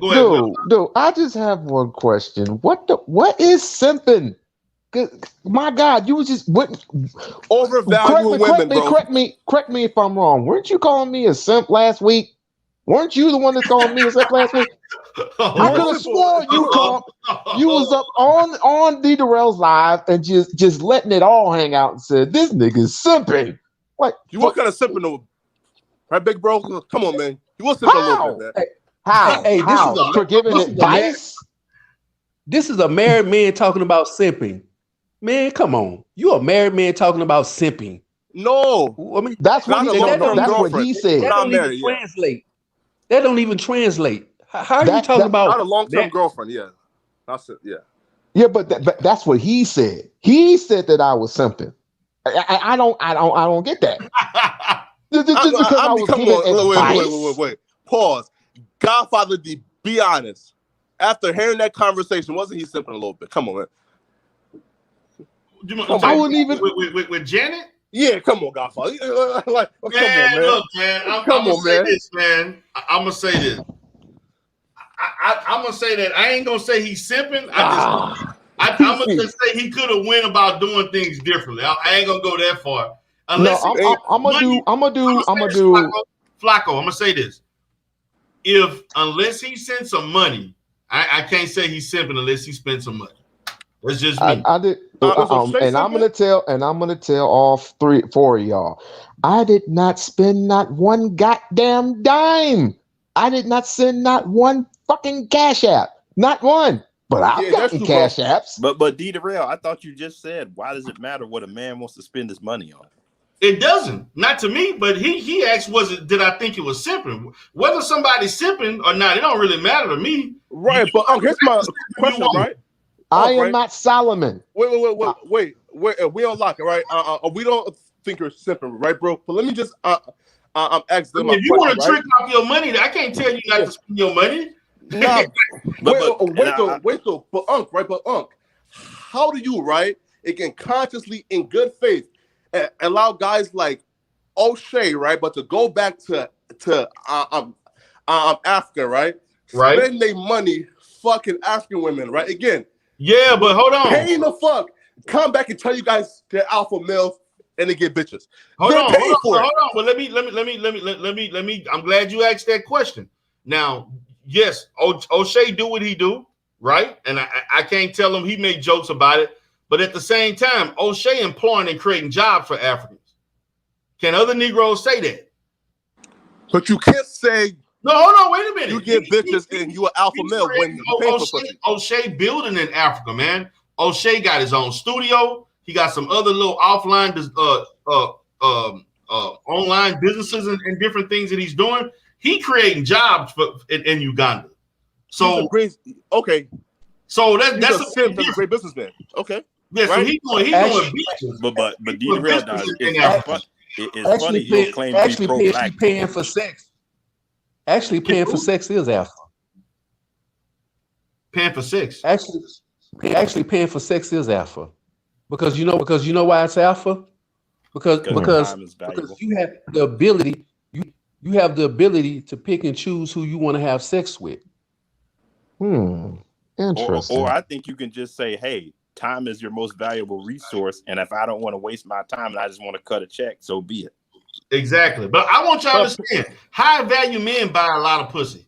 So I don't know what I guess I was a high value man back then. That's a fact. I know that for a fact. Wait. Let me say this though, right? Right. Listen, look, right? But look, buying but the box, right? Is only alpha if you have right. Look, if you have other choices, right? For example, right? Kevin Samuels paying for the box is alpha because Kevin can smash any girl he wants to. O'Shea paying for the box is not because that's O'Shea's only option. O'Shea can't walk in. Come on, come on, man. Bro, wait. Not come to New York and bag a bad bitch. Hold on, Flock. Let me ask you this question. What's your issue with O'Shea? No. Oh no. Okay, why you think O'Shea's simple? Besides, he's misogynistic and degrading. Right? Listen, right? It's the fake. Listen, right? It's the fake flexing, right? Dudes will go back to Africa, right? And clearly pay to play because they can't bag it any other way. Hop online and tell you how they're alpha males and smashing all these girls when we know damn well O'Shea cannot come to New York and bag a bad bitch, bro. Stop it. Right? New York. Come on, I'm gonna take it back to bad bitch. Okay, I feel you on that. I'll give you that, Flacco. But then, so if you want to use that premise, then all those Negroes and SYSBM and passport that go out to Dominican, it's the same thing for them. These dudes going to Dominican Republic, they going to Brazil, they going to Colombia, they going to the Philippines, and they doing the exact same thing. So you telling me these same dudes can't get a woman in the same level woman in the States? Wait. What's that ball guy called? And what's the definition? Let me say something. What's the definition of alpha? And I'm willing to bet you. All these guys that you think that cannot bag a dime in New York, I bet you won't walk up to their face and tell them they're not alpha. So does that make you beta? Because you can't whoop them. Bro, not O'Shea. I'm 5 position, bro. I'm 5'10", 220 pounds, and I'm beefy. I don't care if you Mike Tyson. These guys not really going. I don't care if you Mike Tyson. Confrontation. Can you beat up every guy? Can you beat up every guy that cannot bag a dime in New York? Can you whoop every guy? That's a no. Well, I'm willing to bet you cannot whoop every man in New York that can't bag a dime. Huh? You ain't Michael J. White. Right? Because like, you feel me? So in other words, what I'm saying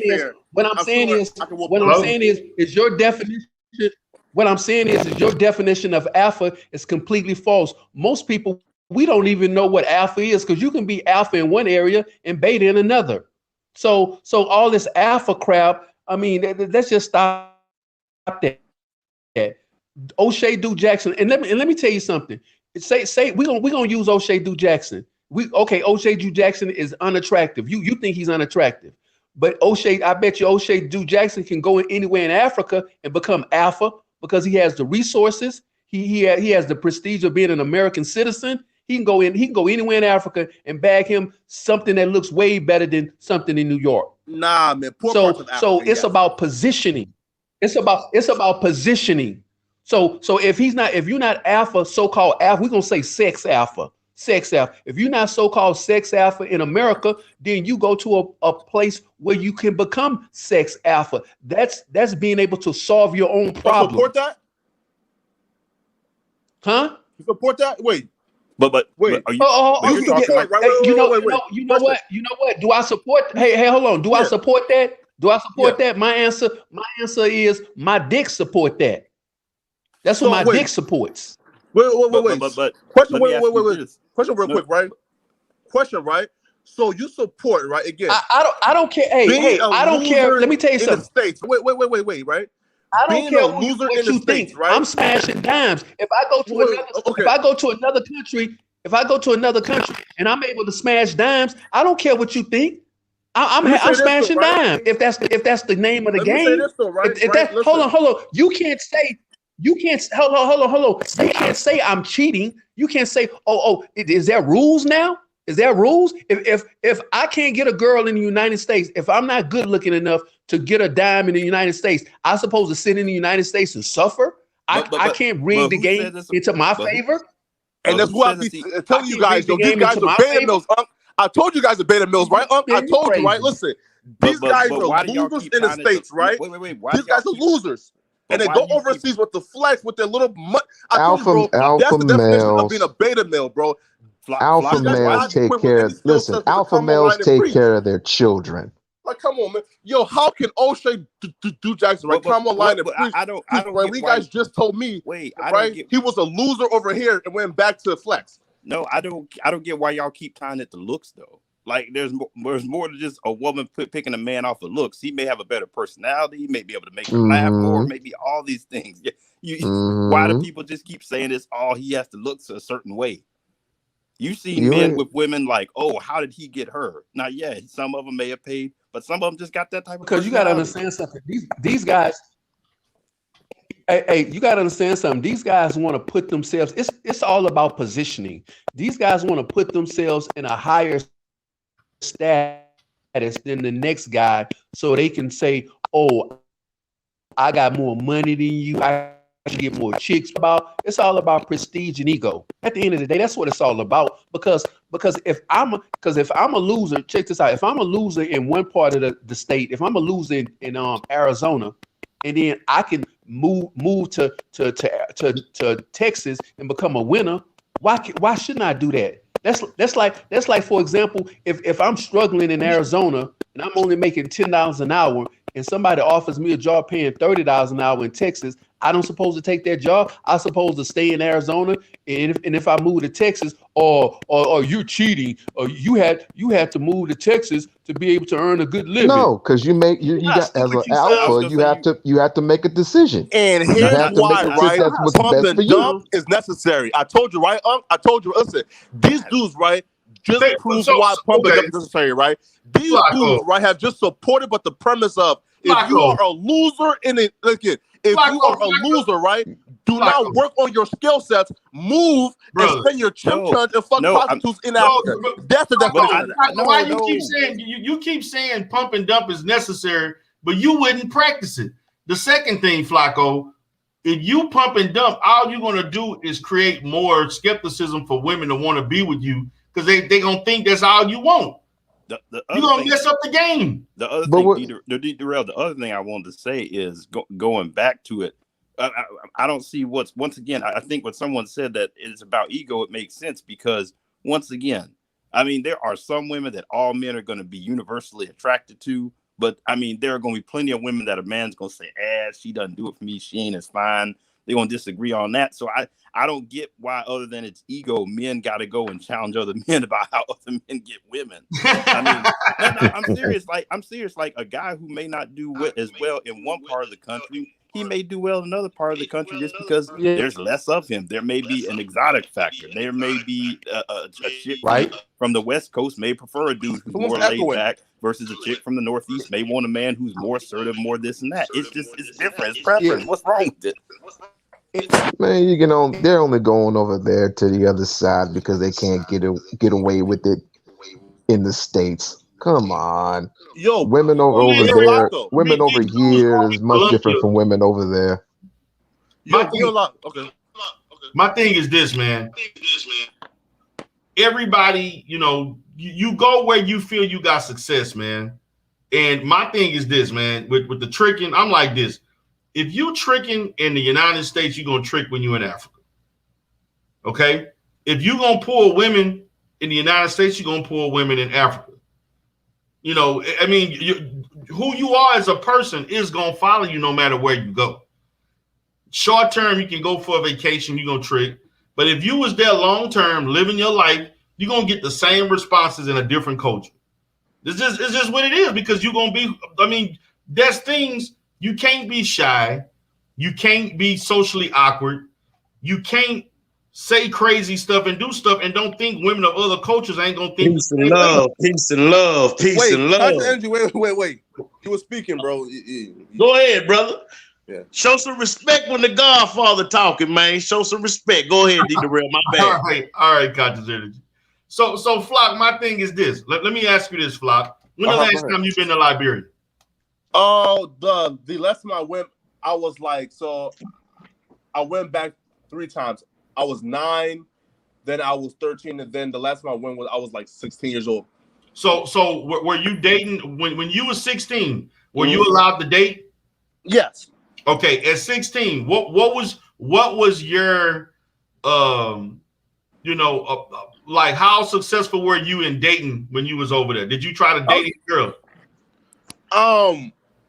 Well, I was the man in like high school, right? So when I went back, you feel me? We were, focused on like, like family activities, right? I really wasn't, it's like I didn't really interact with women over there that I was like attracted to.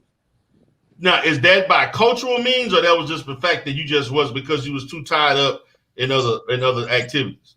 Like we were at like family functions, parties here and there, markets, right? So I was interacting with like poor women, right? Who really, worn with the best dress, hair wasn't done all the way up tight, right? So, as a 16-year-old kid, like I'm used to, females looking and talking a certain way, right? So, right. So my thing is this. If you wanted to get with the women that were available to you, do you think you would have had a hard time doing it? Nah, no. Okay, so that's my point. So my point is, being that you got the certain self-esteem that you have, charisma, who you are and stuff, you said you was the man in high school. So it sounds like to me, if you didn't have problems getting women and getting girlfriends in the United States, you went to Africa and you didn't have a problem, right? Right. So that's my, and why is that? Why do you think you wouldn't have a problem? Yeah, let me answer this, right? Again, I know how to talk to women. I'm smooth. I'm a super aggressive alpha male, right? Confident, right? Right.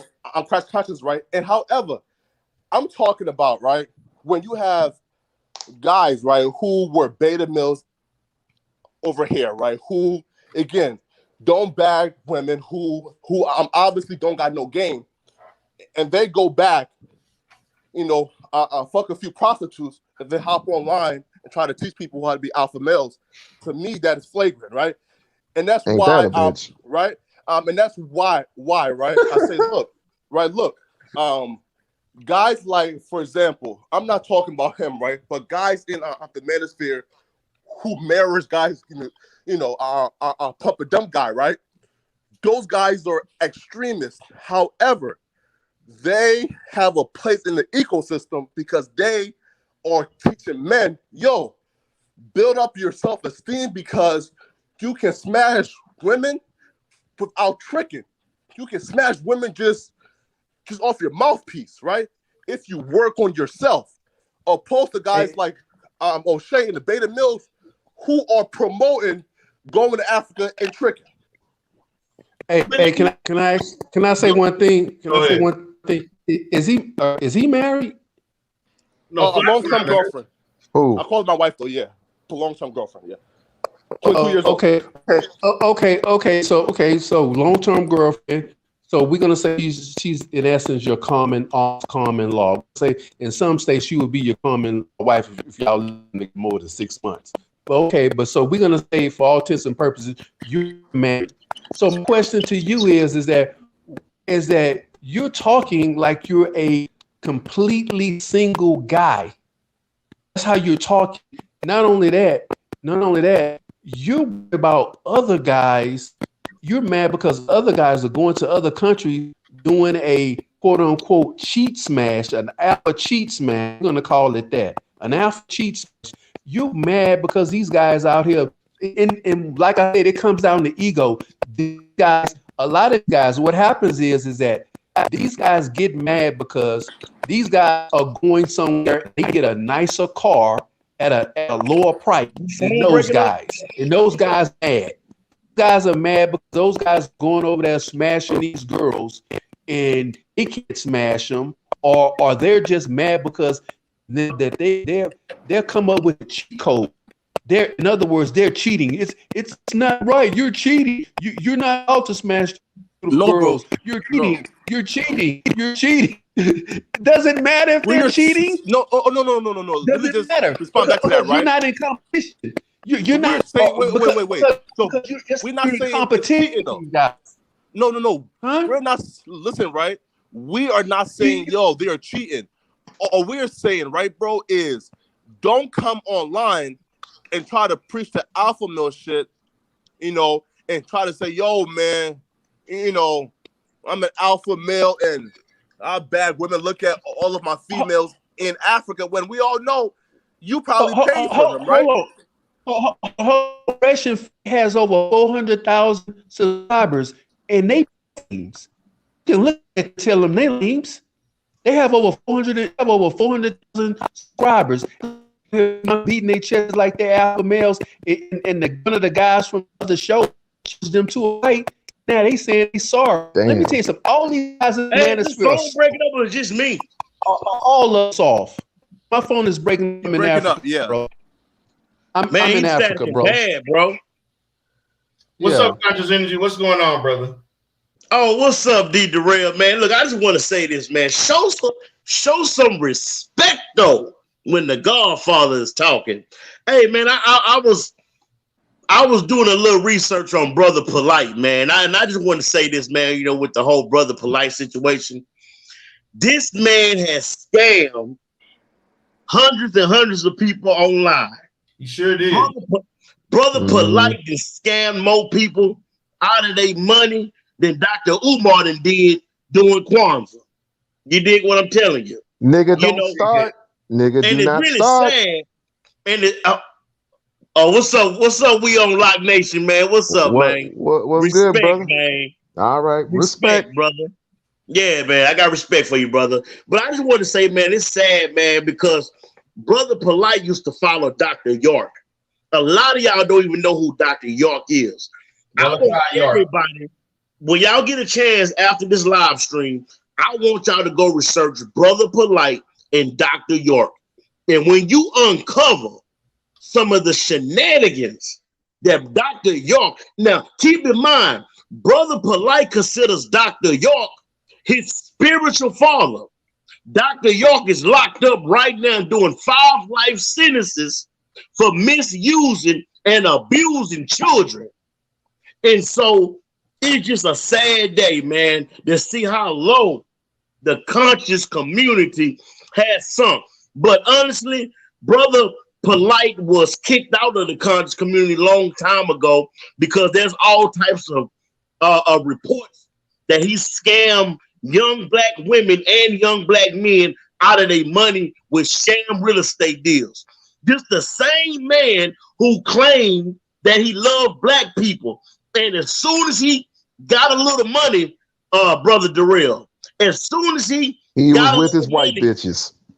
He went straight to the LA, bought a Bentley, you know. So this the hypocrisy, man. And you know, that's all I really wanted to say, man, about the situation. Now, as far as these allegations go, allegedly, I don't know if they true. So I'm not gonna bring that up. But I do know this. Brother Polight just scammed hundreds of people in the conscious community out of their money. And it's a real crying shame, Brother D. Darrell. I yield the floor. All right. I agree. I do agree because it's not just Brother Polight. It's Young Pharaoh and all his yoke and all Sinetta and all them niggas out there, except for a couple of people. I do respect Shaka Amos because he is the most realest person in that particular sector or group or whatever you want to call it. But the rest of these Negroes, Brother Reggie and all them some trick bags. all them some fucking trick bags. But I will say this, I will give credit where credit is due. You cannot take away his intellectual content. You cannot take away his ability to speak his speech because he is intelligent. He is intelligent and he can manipulate some people. But for most who already know the game, he can't manipulate people like me because I've watched him for a very, very long time. But hey, he can have his white women. He can have his white women to sit front court side seats. He can have all of that. But when you disrespect somebody like Umar or Dr. Ben or Dr. John Henry Clark, I mean, that's just spitting in the face of the black community, period. I feel you. I mean, my thing is this, man. Dr. Malachi York did that dumbass shit he did years ago on that compound and all that shit. That shit gave a black eye to the conscious community. Polight came from that and don't mention nothing about Malachi York doing that shit. And to me, when based on that, he lost credibility with me altogether. You still stand hold of a man that's been convicted of that shit. Now, I want to hear this shit about the white man tried to get him. No, Malachi York, they took all those kids away from them, and so on. So, it is what it is. He was a sicko. He was a social deviant, just like him. They was doing all of that shit to these kids. And it was multiple. I'm talking. It was that they had a compound that they were living on, like it was its own little subdivision that was secluded from everybody else and shit. And all that dumb shit was going on with him that he allowed to happen. So I have no sympathy for Malachi York. But D, let me ask you this question: when it comes to this thing called what you call it, pump and dump, whatever you call it, yeah. Okay, all right. Pump and dump, in my opinion, all right. Let's just call it what it really is: polygamy. No, it ain't polygamy because you just basically having sex with a woman one time and leaving her alone. That's it. Right. But okay, so let's consider it the Salmon, the Solomon. I mean, the Solomon syndrome. You only do that when you want to create an army. when you want to create an army of soldiers, when you have nothing but men, you're training the boys to become men, the boys to become soldiers, and you need those particular women to have sex with to create babies to create more soldiers. That's the only reason why I would consider it the Solomon treatment. Other than that, it's supposed to be a one woman, one man type of ordeal of relationship. I don't believe in polygamy. I don't believe in none of that stuff. It's fun. It's great. It's fun when you're single, but let's think of it in a realistic type of a sense. How much money are you making? How much money are you going to provide on the table when you have a woman after woman after a woman? And who's your number one bottom girl? Who you gonna come home to? You can't come home to all of them. That's just too many headaches. You gonna die before you reach 50. But that's not what they're trying to do, guy. The pump and dump. Here's the funny thing about pump and dump. That Ramil is trying to sell to the quote unquote manosphere. Most of these guys are incapable of pumping and dumping because pumping and dumping requires you to be able to get multiple women. It requires you to continuously get women after women after women, and that takes some type of level of being able to attract women via money, via your verbal game, via your attraction, your looks, or something like that. And these guys can't do that. However, the manosphere, once again, the manosphere is based around though, which makes pump and dump so attractive. It's based around being able to run through women. Once again, these guys want the right to be able to have sex with any woman they want to without any accountability. See, that's the thing about men. Most men want to be able to do three things. They want to be able to have sex at the lowest price or time that they can expend. They want to be able to have no accountability, none whatsoever. They want to be able to pump and dump, not be your girlfriend or anything like that.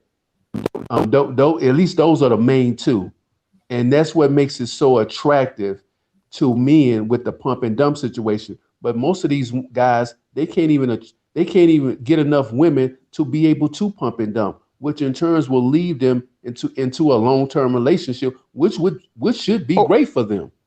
Okay, so with this particular strategy, are we building around this? No, you can't build around pumping and dumping because you and okay, so why are we doing it? That's my point.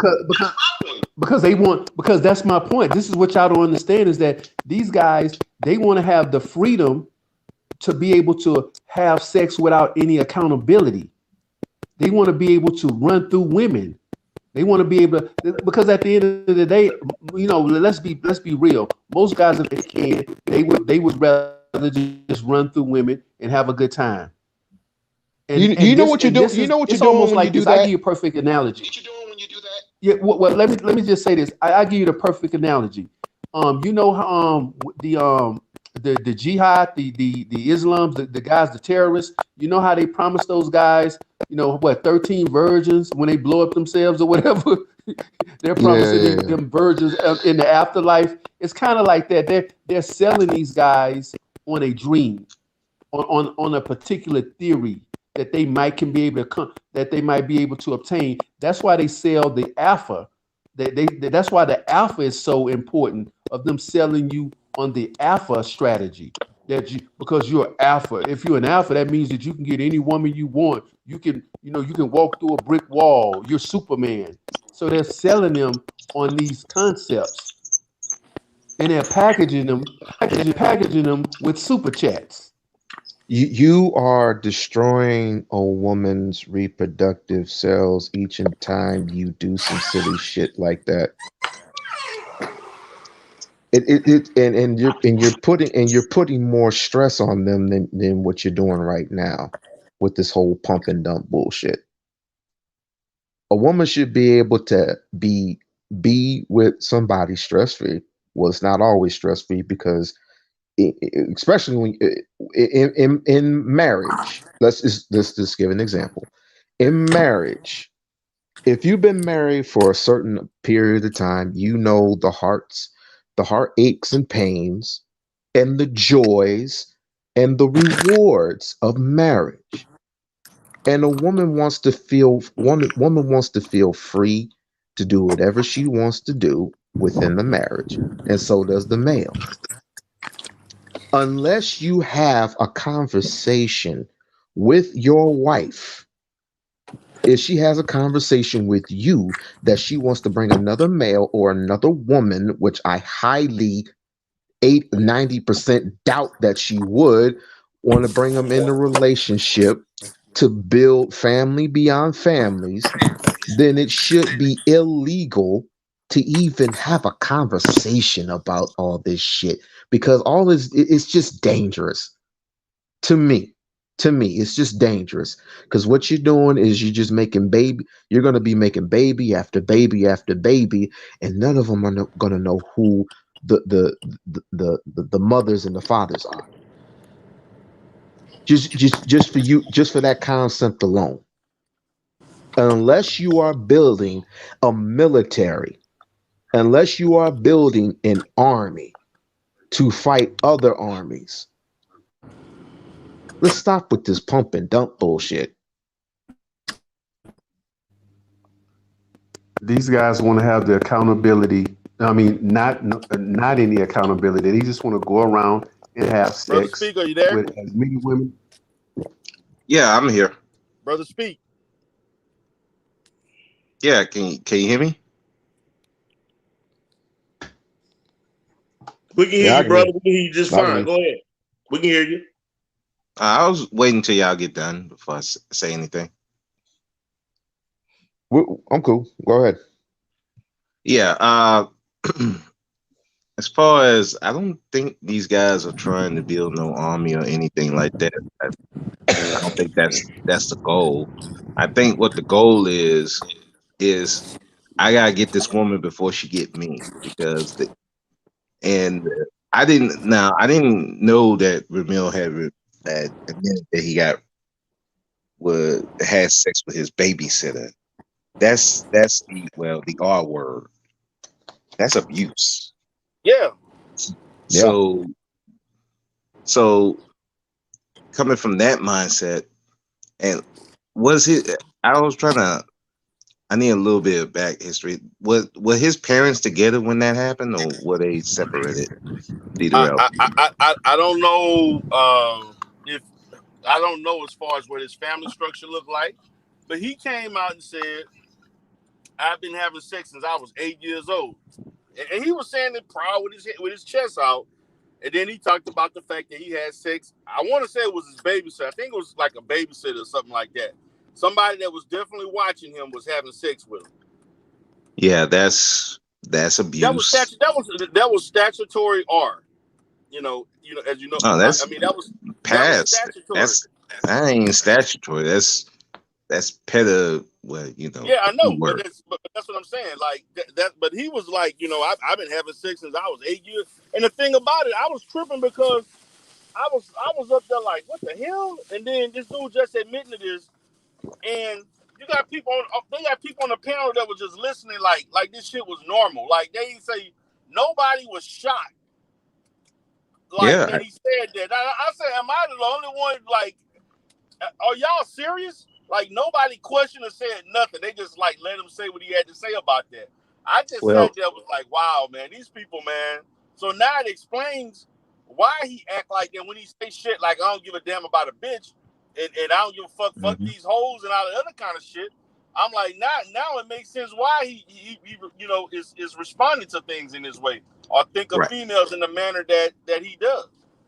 right, because he was abused by a female, and nobody in his family, nobody punished this babysitter. They didn't do nothing to this babysitter. So you can't be surprised when you have guys like this around, because our community, And the thing with those guys not being shocked, because that's kind of a sad to say, that's a lot of black men's stories in their families. They've been abused by a babysitter or aunt. So this is and this is one of those secrets that our family keeps. And they don't do nothing to these people. They just walk around freely. Nobody does nothing to them. Nobody punishes them. So yeah, you have a group of men who either they're gonna be violent towards these women, or they're gonna do like Ramil do, just pump and dump them and leave them where they are.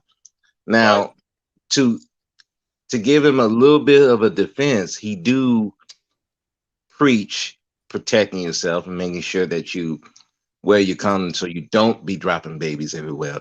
Unfortunately, you got a lot of goofballs in that will listen to that and won't practice that because they don't have no penis control. If the chick say, "Hey, take out the condom," they're like, "Yes, sir, ma'am." And now he's got 2, 3, 4 kids, and he don't know what the hell is going on. Well, So- I must be the biggest simp of all, because in the last few weeks, I was told I was caping the chicks and talking to chicks late at night and giving them advice and singing to them and blasey blue. But yet you got niggas out here that are talking about tricking a hoe and pumping and dump. This is a new word to me. This is a new word, and this is to the black manosphere. Yeah, I guess. But again, I guess I was I guess I'm the famous person to be. I guess I'm gonna change my name from We On Lock to Simpin Nation. I'm gonna change that, D. I'm gonna change that. I'm gonna change it to Simpin D or Simpin Nation. Yeah, come up, BMT. I want to holler at you for a little bit. Come up for a second, if you can, if you're able to. Yeah, I'm like this, man. Everybody, man, to the manosphere, everybody is simp to a certain extent. Shit, they'll call anybody that do something that you don't like, that in some way a woman benefit, you're a simp. These the same Negroes talking about black women should vet better, but then you got another nigga talking about you should pump and dump. Yeah, even Dr. Watkins is a simp too. I almost forgot about that. Because he married somebody who was a single mother. Mm-hmm. Well, who is that? How is that a big problem if the woman, if she's a benefit to him? How is that something? Exactly my point. Right. Yeah, but that's he likes who he likes, and they have a good relationship together, and she has 2 kids already, but he wants her. I would do the exact same thing, but yet I'm simping. Like, yeah. Well, retire that word. Well, the thing about with that simping thing, that thing is so they misuse it. Simping was originally supposed to be a counter to pimp. He's using the women, whereas a simp, the women use them. When really the actual definition is short for simpleton, which means an idiot who's a fool. And I agree with you don't need to be a fool for a woman, but it just being nice to a woman, taking care of her where she benefits and ultimately you benefit, that's not simping. But I think the issue is that we had a lot of dudes who go overboard, and will try to preach that to you to go overboard for a woman, but you're not getting any benefit on it, any benefit from it. And so But to me, that's simping. They all simping for these content creators. They simp every time that these guys create a live, they out here simping, super chatting them, buying their courses and all kind of other stuff. And they really super simping on Kevin Samuels. That man making probably what? Don't talk about that. That's Oh God, they super simping on him. Man, they are worth. And they not getting anything from him. They not getting no sex from Kevin Samuels, and he's not giving any results. That man has over 1 million subscribers. Now tell me what he's done. What has he done? He has over 1 million subscribers. I want to see his results. Where's his receipt? Don't y'all know? He marketed. I guess he basically. I guess he advertised Obsidian book. Obsidian was a top 10 seller in Amazon, and you hadn't heard from him since. He cashed out. which shows you, which I told you, which shows you that these guys are all about money, right? Like you said, soon as Obsidian got the bag, he gone. And guess what? Obsidian's gonna take that bag and he's gonna go somewhere and find him a dime.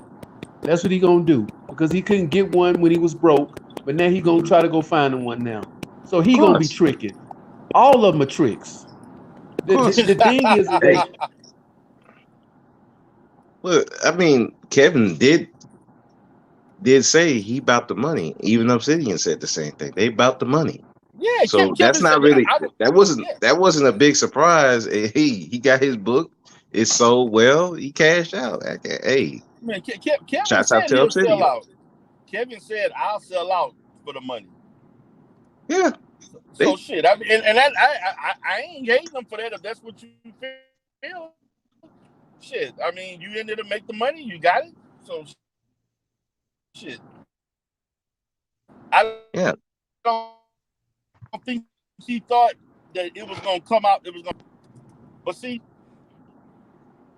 in regards to that, man, these guys got to understand. Like, say, Kevin Samuels is like in the upper echelon of YouTube, the top 1%, top 5%. You're not gonna maintain that for 10, 15 years. Look at where Tommy Sotomayor is at right now. Look at where he's at compared to where he was 5 years ago. Your shelf life is only gonna be so long. You know what I'm saying? Look at what happened to Kristen Kerrison, who been on YouTube for 11 years, 10 years, and she lost her. Talking about Negroes who lost their relationships to red pill. This lady lost her white husband to pink pill. Yeah, believe it or not. And then, and I don't know how true this was, but there were rumblings that she actually tried to commit suicide. They said she tried to commit suicide, or she made an attempt or something. I don't know how real that was. No, she went on Twitter and told everybody that she was going to commit. She tried to commit suicide, and I don't believe none of that, because number one, why would you? You gonna do all that? Why would you say that, man? If you would just, for you to say something like that, whether it's true or not, something wrong. I'm not saying she did or not, but something mentally wrong with you to say that. Whether you did it or not, something's wrong. And because her white boyfriend, right, engaging some goofball dude, gonna come out and say the N-word. Yes, while she right there. I guess I'm a yeah. Now the thing about it, she could have corrected him. She didn't say shit. Nope, she didn't say, and that's why she got dragged. You got dragged for that, of course, because even some of the divestors was like, "Chick, you ain't got no pride for yourself. You gonna let even if it was directed at some goofball idiot, which I think that dude who did that said that was a goofball idiot anyway." And it's like a bad representation of black men anyhow. But your white boyfriend is so dumb that he let this goofball trick him into saying stuff like that, exposing himself, and you just sitting there like it's a cool thing. Yeah. And like, and that's why they dragged her, because it's like you don't got no pride for yourself. And that's the thing. A lot of black people, unfortunately, don't have pride for themselves. They just let all kinds of shit just go on. Go. And Just whatever. Don't just say nothing. don't say not one word. And this ain't just in real life too. Like I said, when Ramil got abused, I bet you his family didn't say nothing. They just let that girl just walk around. I bet you. And this is what you have now. This is why these dudes are talking about pumping and dumping, even talking about abusing these women, because you keep letting people slide. You let these abusers, men and women, in your community just sit there, just go complosh. No, we can't go after her. She's a woman. Or we can't go after Charlie, he family. And so now all these people are pumping and dumping. They letting white dudes call them N words and just say that like silent, like they can't say nothing. It's Right. sad, man. So I And that's what she want black women to choose above black men. Like, really? yeah, that's embarrassing. I'm Well, like, choose so you can be so instead of being the black man's whore, you want to be the white man's whore. Oh, you still a whore. What's the difference? You ain't. Right. You just get more. I don't know. You get more trinkets as a white man's whore. I don't know. It's just. I don't know, man. Kristen and Harrison should never be able to maintain a good relationship doing what she does. So she needs to get off. If she wants to have a healthy relationship, she needs to get off of YouTube, big time. Yeah, Also, she had to. Also, you judge got it down. Also, you got to realize too that a lot of these content creators, a lot of these guys are mentally damaged. They're mentally ill. You can't see it via through YouTube, but mentally they are damaged. And these guys they are charismatic, or they look good enough to garner a following. And people, that's the thing about YouTube, is that for example, look at Jessica X. Jessica X is a voice in a picture, and these guys are super chatting this girl. They're giving this woman money, and they have never even seen how she looked. Look, and they're willing to fight they're for it giving money too. to an avatar. I mean, literally, they're giving hundreds of dollars to an avatar. Mm-hmm. So And they're willing to fight for it. So that just shows you the psychosis or how screwed up people are that are coming onto the internet. We're some sick people. Yeah. And they're willing to fight. What's going on, BMT? Hey, what's going on, man? Hey, what's on your mind, brother? No, I remember you called me up here. What's up, man? Yeah, man. I wanted to ask you, your boy Ramil came up in the chat earlier, upset with me. Yeah. And what I was doing was I was talking about the things that Ramil had said. I don't understand what the problem is, because, I mean, I know you've heard it. Me and you have been in the same circles in the manosphere. Ramil has admitted to the stuff that he's done. So I don't know what's the issue now that he's being sensitive about people saying he was pimping. Well, I know right now he's suing Grandmaster Troll. Yeah, he's suing him right now for defamation of character. And I pretty much he's gonna just, I think from here he's just gonna be going on a legal crusade that, hey, people are gonna be bringing out stuff about him, and that's gonna be attacking his brand or messing up some of his stuff. Then he's just gonna go hit them in court. So that's pretty much what's going on. But I've even heard him say crazy shit on your channel. Mm-hmm. Like, this is the same Negro that said black men should whoop black women, beat their ass. When you did a video about a black, I think it was a black woman beating up, or a cop was beating up a black man, This Negro got on your panel last year talking about, I'm tired of seeing black men get their ass whooped, beat their ass, and all this other shit. This the same man talked about, I've been fucking since I was 8 years old. So, and I've been pimping, and I did this. I'm trying to figure out.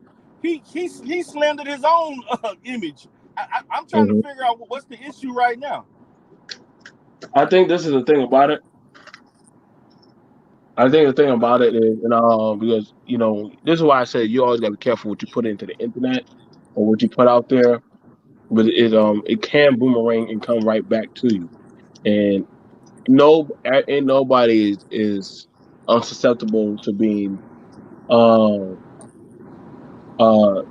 unsusceptible to not being hit or being attacked or being challenged. So I think he is gonna have to deal with this. He's gonna have to own it. How he chooses how he wants to deal with the situation, that's gonna be on him. You know what I'm saying? Right. That's gonna be on him. You know what I'm saying? Because he did put it out there for how they're going to be seeing him, how people are going to see him and interpret the situation. I think somebody got some stuff in the back. But yeah, it's just something that he's gonna have to deal with. So BMT, I have a question with you because to me, and I this may be why Ramil kind of, because I remember Ramil used to come to your channel. I don't know why. I guess he stopped, but I remember at one time he used to come to your channel, not frequently, but he would come every now and then, right, on certain topics. And I know that you do content on women who are in the sex industry, the human trafficking stuff, and stuff that kind of align with things I guess that he may have partaken in. Like I never, like, I don't know, like, say for instance, you never really brought up anything about Ramil, like, well, not for him per se, but I mean, but you brought up stuff about pimping and horn. You know what I'm saying? Right. And he has admitted to doing these things. And to me, I mean, I don't know where it is in your area, but for Ramil people is in the porn industry. I brought that up because there's a few content creators, YouTube content creators, who are in the porn industry. Right. There's a few of them in the porn industry. I mean, I know who they are. I mean, usually I don't too much reveal them unless they already revealed themselves. And right. if they don't mind revealing themselves, then I'm like, okay. And I did a show about that. There are some of them that are making porn videos, some of them who are on Patreon and OnlyFans, and some of them are literally doing foot fetish videos and all kind of crazy shit. Right. I know about them because they're within my line of my realm. I think actually I remember I did a show where a few people we were doggone helping them do hookup dates with girls.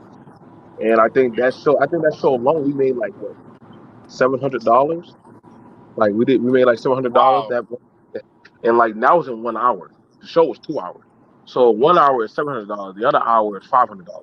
So like I said, so literally, but we only did that one time that we did that show.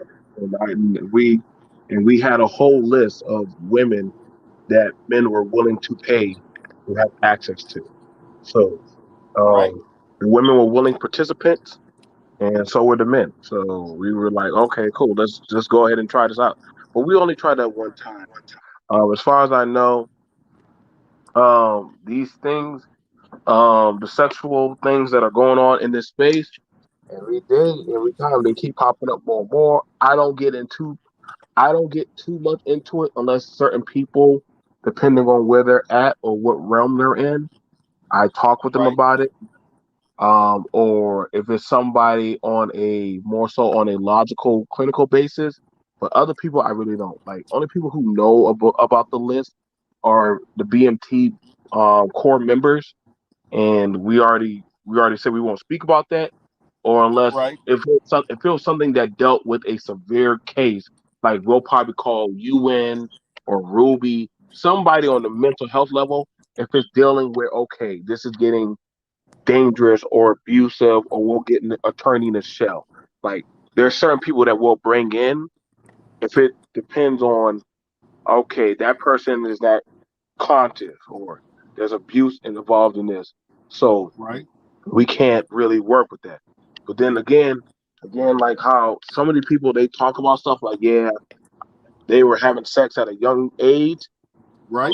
Sorry, but we talked about that. You've been there for those present panels for that, where we talked about that statutory abuse. I'm saying how men view it in this space is a lot different than how women view it in this segment.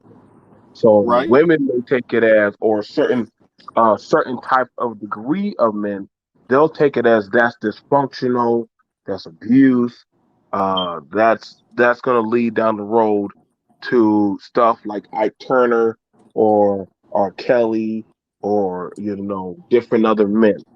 The women, we see what it does to them, and we see their mentality of how when they're online, and you hear when the men talk about it. I've been on panels where they'll say, "Well, there's nothing wrong with a man being in a relationship." We've even had pedophiles on my panel, men and women that have come on my panel and literally have talked about what they do. So this sector is full of everything and everything. Trust and believe. So I don't, like I said, everything in due time does reveal itself. You got pimps, you got players, you got women that also sell women. Everything is here. Y'all are just now some of them just are open about it. So be mindful of what you partake in or who y'all are fellowshipping. Right. So tell me this: for the pimps that you know, how many instances or situations have you known for certified pimps to be trafficking underage girls? Ooh, well, we have one of them that lives a sinful life. That was a hint right there. And he had a child with a minor. So that was one. And then you had another guy. You had the situation right here. That would be two. And we're talking about the ones who are just YouTube alone. Or And we- just people, or just in your area where you live, as far as in real life, because being that you kind of that's been actually commenting on okay. that. So talking about that, that's actually very, very common. Exactly, that's what I That's was actually conveying. That's really very common. it's actually a very common thing. It's more so easier to get the more young and naive women that don't know any better because it's just they're easy. That's why a Right. lot of people talk about, hey, like it's better to get a younger girl when she's just blossoming and shit because they're young and naivety. So that's just one of those things that a lot of them do. Like they get them out of high school and they start saying, "Hey, I can put you on. I can put you on the game." They actually use other females to actually bring them in. They're more like the hook. They bait them in. Then they introduce them to the man, have sex. And then from there, then they put them out there to work to make money, get them nice clothes, nice gear, make them feel like they belong, and then boom, Right. move it on up from there. So this is very common, Yeah, this is a common thing. and that's why I stated that I'm not really that surprised, because that's what a lot of pimps do. They're in the business of making money and exploiting women or girls in the process. Houston is one of the largest um, centers of human trafficking and things of that sort. Particularly with as far as international and so forth. And we get stuff like this all the time, as far as um young girls being involved in the sex industry and being trafficked by adult men, and or they got their own little scheme going on with their operation. they got 15, 16-year-old girls and and so forth. This shit is common, and that's why I was stating I'm not surprised. I'm kind of like, again, my thing is that's listed for him. I don't know how he's gonna sue for slander for something that's public record. You know what I'm saying? I don't get that, but I guess that's what he's trying to do. Whatever. But Right. I don't understand if that's All he's public trying, record. How you gonna sue for that? all he's trying to do is scare people. That's all. Now, here's the thing about it. Only thing I could probably say, it's gonna be an interesting legal battle. I'm gonna just watch it unfold. Now, if he has a brand and he said that he can prove that it's hurting his brand, you know what I'm saying? Then that's something totally different. Then that's something totally different because then he'll be like, well, hey, like you're doing this and it's affecting my brand of business, and because you're throwing that purposely out there. That's like you running in front of a store and saying, hey, this store kills kittens, and now everybody's not coming to your store because they believe you're a kitten killer. And all of a sudden, now he's like, hey, I'm suing you for defamation, even though there was an incident where one of your trucks ran over a kitten. So I guess they're gonna say, well, you do kill kittens, but they're gonna be like, no, you're slandering my business.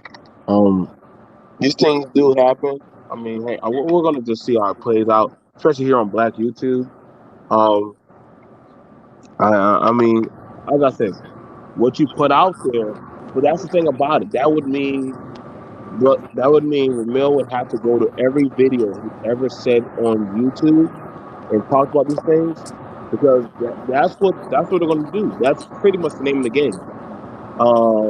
Find the stuff that he says stuff like that, and then he's going to say, well, he said this and he said that. So how did I say anything against him? So it's going to be you got to be willing to stand on what you say. Like when I talked about my views, Black men weren't so receiving of me when I talked about that. You remember Right. that? And I was called all kind of names. I was attacked about my sexuality, even though I'm the only one that literally shows holistically a whole family. There are other men. I mean, I know D has shown his child. I show a whole family. I still get called gay. But I talk about my incidents of me being abused and why it's a very serious thing that sexual abuse is not just a woman's problem, it's a man's problem also.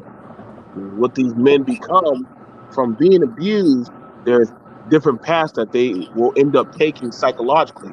Indeed, Darrell has been there with me to help me deal with that, as well as Topaz and Ruby and Information. So there's people that we've talked about this, and now we're seeing it unfold. This is why I also be careful when I start hearing people talking about this polygamy and the game, and God forbid when they were talking about.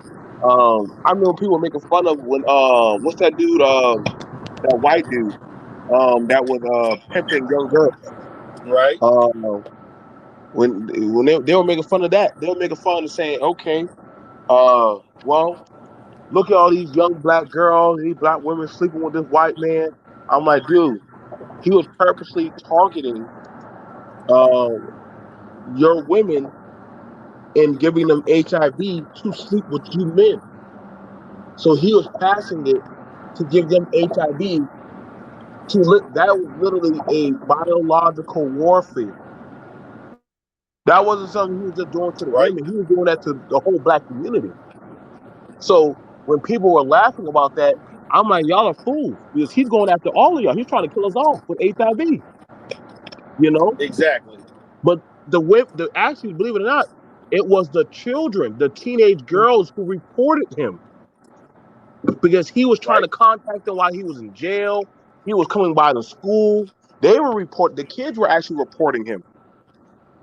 Just like the girl who reported Brother Polight. She told her mother. And her mother said, yo, I'm going to the police. So guess what? All that believing, oh yeah, the women were down with that. No, but if they were down with it, why did they report him? They're doing an investigation. They don't fully put the evidence down until after the judge slams the gavel and say, okay, we got everything. Now it's confirmed. Until then, it's just an allegation until they actually start the proceedings. But right now, his ass is locked up. And I'm gonna tell you right now, Florida and Georgia, those are two places I don't play with goddamn touching a child. You don't play with that. That's your ass. So, you know what I'm saying? So Right. I think they do. So we gotta we need to start taking these people serious when these things happen and start getting on it. What affects one child in the village will affect the whole village down the line. I don't think people starting to understand that. Whenever you hear people say "fuck these kids," these things come back. I'm starting to see that now. So understand this, man. Like these ripples are happening.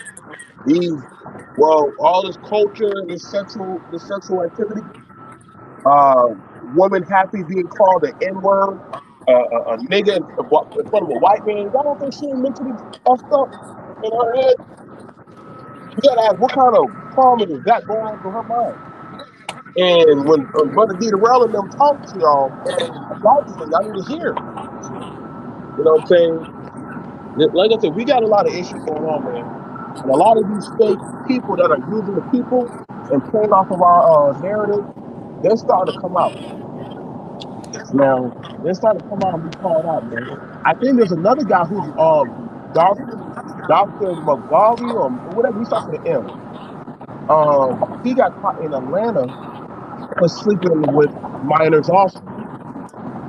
And he's also in league with Brother Polight. He's also sleeping with children also. And guess what? And he said, well, man. So there's another dude who claims he's pro-black. Notice I said claim he's pro-black. And he was sleeping with children also. So you've seen a lot of these dudes are playing off of, and maybe I need to talk about that, people who are playing off of the black plight. When they know our people are hurting, everybody knows that we're hurting. And they're playing off of our plight of pain, and they will use that. We done seen them do that with religion. We done seen them do that. Sorry about this. We done seen. Sorry about that. We done seen people do that with religion. We done seen people do that with the economy, with business. A lot. It's sad when our own people play off of our mental duress and problems, Right. To doggone take advantage of our women, our children, our finances. We have black men in charge of the financial department in Baltimore. And look what happened to those children. Like we gotta stop. We gotta stop pretending like our people ain't taking advantage of our own people, man.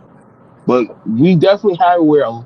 So we're not gonna pretend that we didn't hear black men saying, even, hey man, get a girl before she's 19, before she's 20. No, a black woman hits the wall at 21. What was that not the mantra? A black woman hits the wall at 21. Right. That was 30, but okay. 30? Black Yeah, I men think it was, really lived. Huh? that was 30, but no. it When got they were, lower now. no, it was always 21. It was never no 30. It was 21. They were there. I remember that shit very, very, very vigorously, and they were being echoed in the halls of SYSBM. Y'all ain't gonna run that shit on me, because they definitely were telling that shit. Yeah, that dude from South America, the one who disrespected D. Darrell's wife, was saying that shit. That Hispanic dude that was getting young girls Oh down yeah, there Marco Grande, old crazy ass Marco Grande. Yeah. So let's not play that game. We got a lot of black men saying that same dumb shit. A black woman hits the wall at 21, 22. So I'm like, who the fuck has lived their life at 21? Shit, Marco said 25. Yeah, he said 25. Listen, you don't start getting into your career holistically until you're like 26. Most kids don't even get out of school until they 18? So what are you really accomplishing? Are we talking about high school or college? You have I to. think college, 20, 24. Listen, 22, 24, something like that. most kids ain't finishing high school. Most kids ain't finishing college until they're close to like what 27, 28. If you're in the 20. military, you gotta do, huh? Like like what? Most of your 20s is going into college. If you do college, Yeah, you're still trying to figure out life. You ain't yeah, really getting no goddamn. Well, tell me a bank that's giving a young 20-year-old a house, a business loan like that. So what do they? They're still trying to get their shit together. Hell, some of these damn young 20-year-olds, some of these young girls are still on their goddamn parents' health insurance. right. So why you have it where you talking as an older man? What do I have in common with a young teenage, with a late teenager, a 19-year-old, a 20-year-old? What am I gonna have in common with her other than just sex? What can she honestly give me or tell me? Hmm? She gonna put me on that That's what. McDonald's? That's what they want. They want sex. That's all they want. Well, so if the men are down to the primordial mindset fucking, then you're already fucked up. You're already fucked up. Yeah, they want sex and control. And so you're saying the only control you can get is from somebody who hasn't really lived their life. That's basically what they're saying. So then y'all need to stop talking about Hey, competing with the white. that's Well, right. y'all need to stop talking about competing with other races. Then, if and the best people you can compete against are doggone children, then you really are fucked up. That's how fucked up people are getting. The best competition you get is competing with children that ain't even barely even get out the house. Most damn these kids are still in their parents' house. Yeah. So you got to understand. That's what I'm That's saying. the narrative that they putting out. And like I said, I'm not taking no shots. I'm only giving y'all the 411 of what a lot of these. That's why these motherfuckers. That's why when you hear some of these dudes on these that damn. When you hear a fucking dude cares, majority of the dude that cares talking to are women who are already done made mistakes in their life, and that's not the majority of the black population. I'm gonna be honest. The majority of black population don't even know who the fuck Kevin Samuels is. The No. large majority. This is the micro. The large majority don't even know. Y'all wouldn't believe me if I told y'all that there are black family channels that are in the millions. Black YouTube family channels that are in the millions. Black man, black woman, black children on YouTube getting higher views than Kevin Samuels. There are black kids getting higher views. There's a kid on TikTok that was doing dance videos. He's already 2 million. He was already in the 2 millions. But you're happy to hear an older man in his 50s talk to black women about talking. It's the same narrative, 6-figure men. Y'all people are happy to hear about talking about sexual adventures and shit. Nah, y'all got the wrong play, man. Y'all got the wrong play. Like I said, and I'm just saying, every time these sexual stories keep coming out more and more, man. It's only so long before the FBI and the police start really looking into this place. Every time, Hey, man. brother D. Darrell. What's up, brother? Hey, yo, man, I just been kicking back listening, man, but I gotta get out of here, man. So peace and love to the family, man. Peace and love to the family. Peace and love to the Godfather. And shout out to the good guys, man. All right, brother. Peace. See you, man. All right, man. See you later. But so my thing is this, man. What I want to just ask everybody, and I'm gonna start with Romy. What do you think is going to come out as far as what you all know? I know this is in the infant stage of the stuff with Polight and Ramil. What do you think may be the end result of this? But let's say 3-6 months from now, where do you think this is going to go? Well, with the Ramil thing, he's not going to win any case, so that's going to be dead. And what that's going to do is that's going to open him up for more people to get even bolder and attack him, because that's what he's been holding over people's head. He's been holding this over people's head since he came on to YouTube that's threatening people. If you say anything bad about me, I'm gonna sue you. No other YouTuber says that, especially in the manosphere space. So that lets you know right off the bat that he has something to hide. So with him, that's his suit is not going to go anywhere. And as far as the polite thing, you're going to just have to let the court, take its process. This is not the first time Brother Polite has been accused of being with a minor. If you go on YouTube, you'll see where Sanetta has called him baby Dr. York. Many of times have called him baby Dr. York. So that's inferring that he messes with little kids. So this is not his first time. But with DNA evidence, he might end up on a sex regimen. Right? Are you there? Yeah, Can you hear me? yeah, I'm here. I'm Oh, here. okay. I'm here. All right. What you think, brother? Yeah. Speak. Well, okay, with Ramil, I mean, he did explain it about what happened, and he was clear of those charges. So if they're trying to say that he was convicted, then yeah, he's gonna have a case because he wasn't convicted. So he say. So, but if it's just showing that this is what happened to him, and he's already talked about it and explained it, I mean, what case does he have? I mean, you know. So unless, so the only other thing I can see might happen if some other female come out and say that he did something to them. It might have more people come out and say it's something against him. So I can see that happening. As far as Brother Polite, I don't know particularly. I don't know any of the details of that one because I don't really follow him that much. But it's just like the other guy said before. I mean, if there's more victims and more enemies of him, they'll come out. Some may be telling the truth, some may be lying, but they all gonna come out, and Right. we'll see how that goes. So that's all I can say about it. Okay. All right.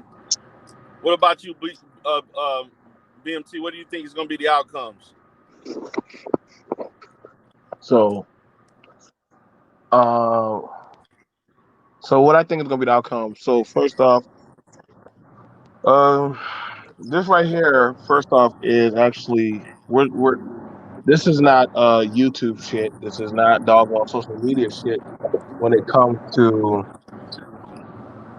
doggone the Brother Polite shit, this is actual police on his ass.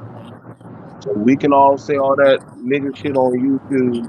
Oh yeah, this and that. Everything, fuck that. Black people turned his ass in. There's actual evidence of semen. There's evidence of a camera of him taking a child to a hotel having sex with her. So you got people who are going to be testifying against him.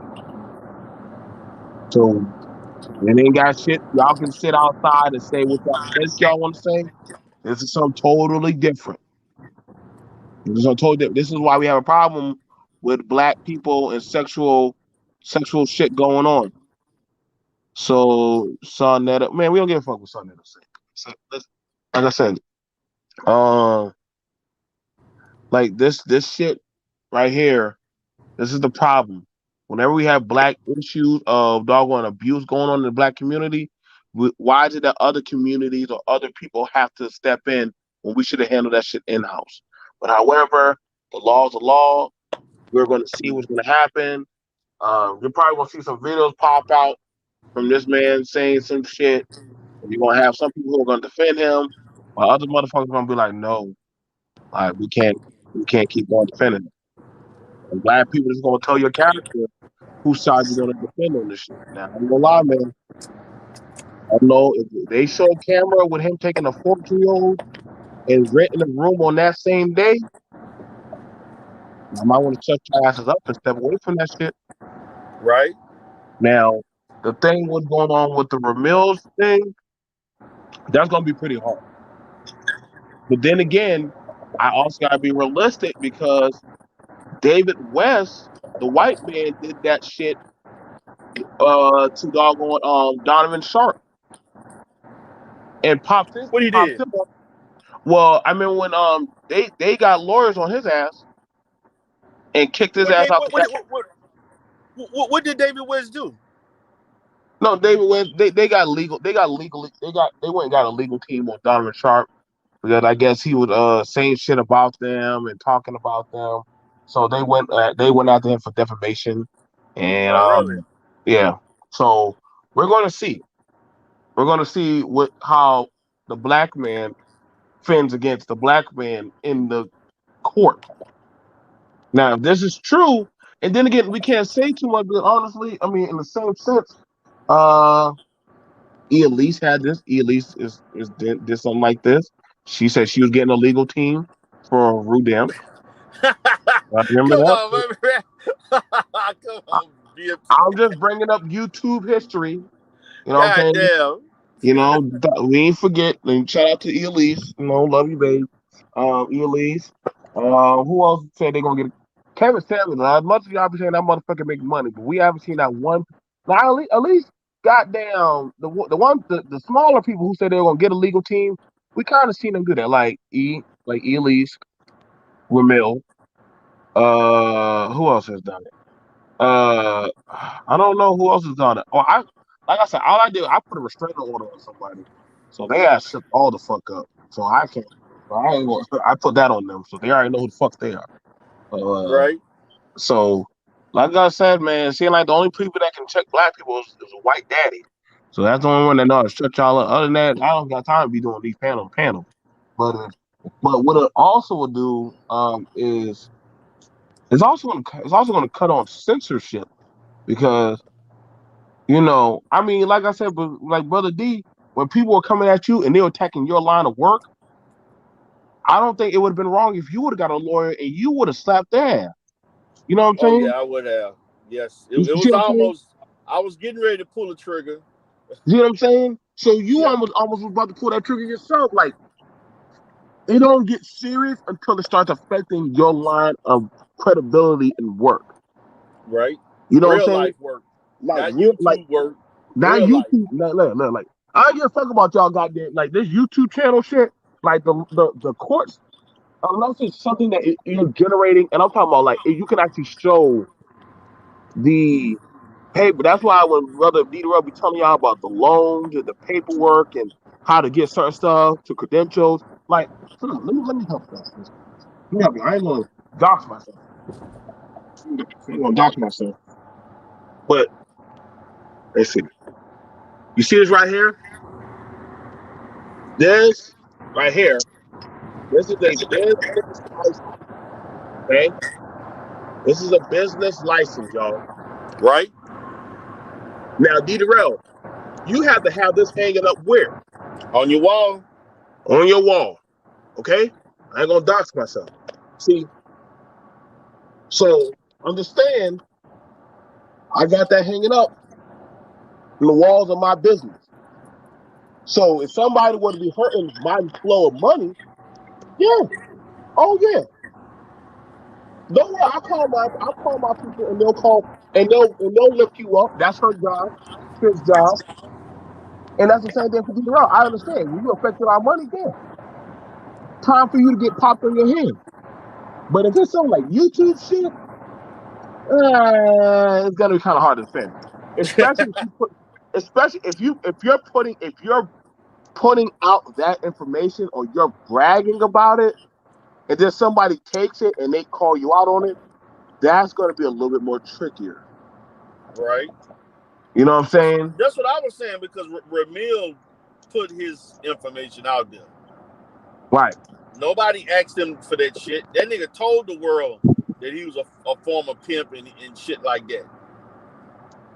You know what I'm saying? Right.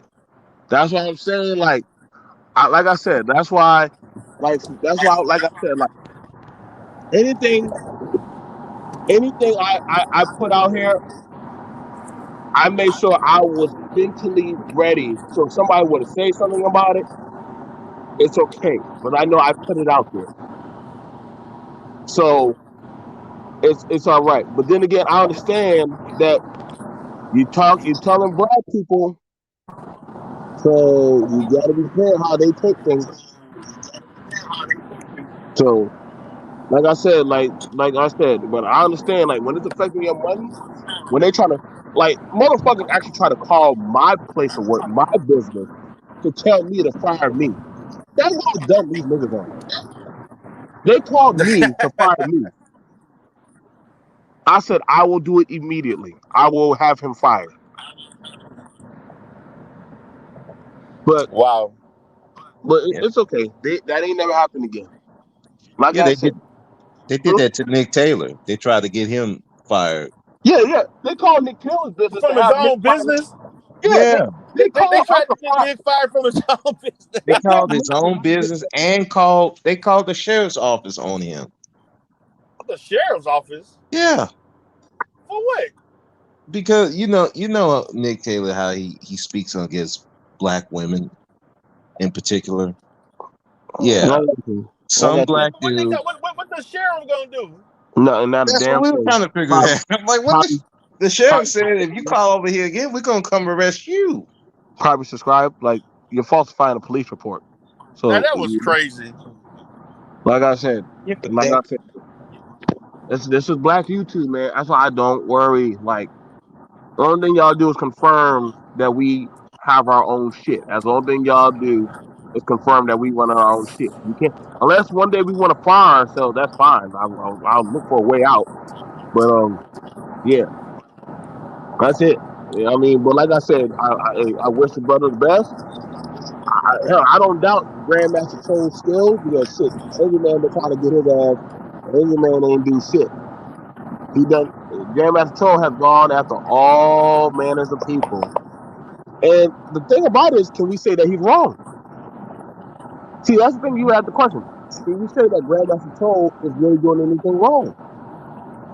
Because if he's calling out things of men dealing with children in the community, is that wrong? He talked about the EDP. You have black men trying to get at him. He got at Hardcore Right. Tito. Black men got at Grandmaster Troll about that shit. He got at the Kevin Sam. So Big time. like I can't get too mad at GMT. You know what I'm saying? That's my homie. He just says like, if you put out the stuff and he finds the receipts, he goes at the men and women, and he just like, yo, if I find it, I'm putting it out there. Yeah, he's a chaotic neutral in all this. I love his chaos. Yeah, and another thing, by Ramil doing this, I know GMT gonna fire up another live stream. Yes, he will. This shit. Yes, he will. Yes, he will. And I will be there to watch it. But I'm just being honest that DMT literally pulls out the receipts of whatever you put out there, he's gonna go find it. Yeah. So that's what I'm saying. That's why I'll be like, hey, y'all only confirm what I say. What I gotta say, he said, I watch you, D-Ro. I be watching you. He watches all of us. That motherfucker be under the bridge watching all of us. So yep. You sure do. So don't think he don't be watching everything you say, how you move, how you act, and if you step out of line, he's gonna put it out there. So I don't have no problem. That's really the fucking YouTube police, the GMT. That motherfucker be everywhere.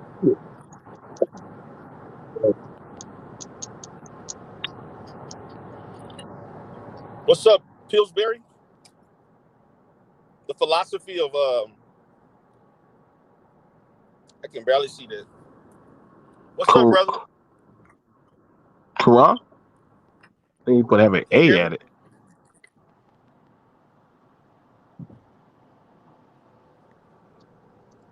I don't know what's going on with this stuff. Go ahead, brother. You can speak. Go ahead.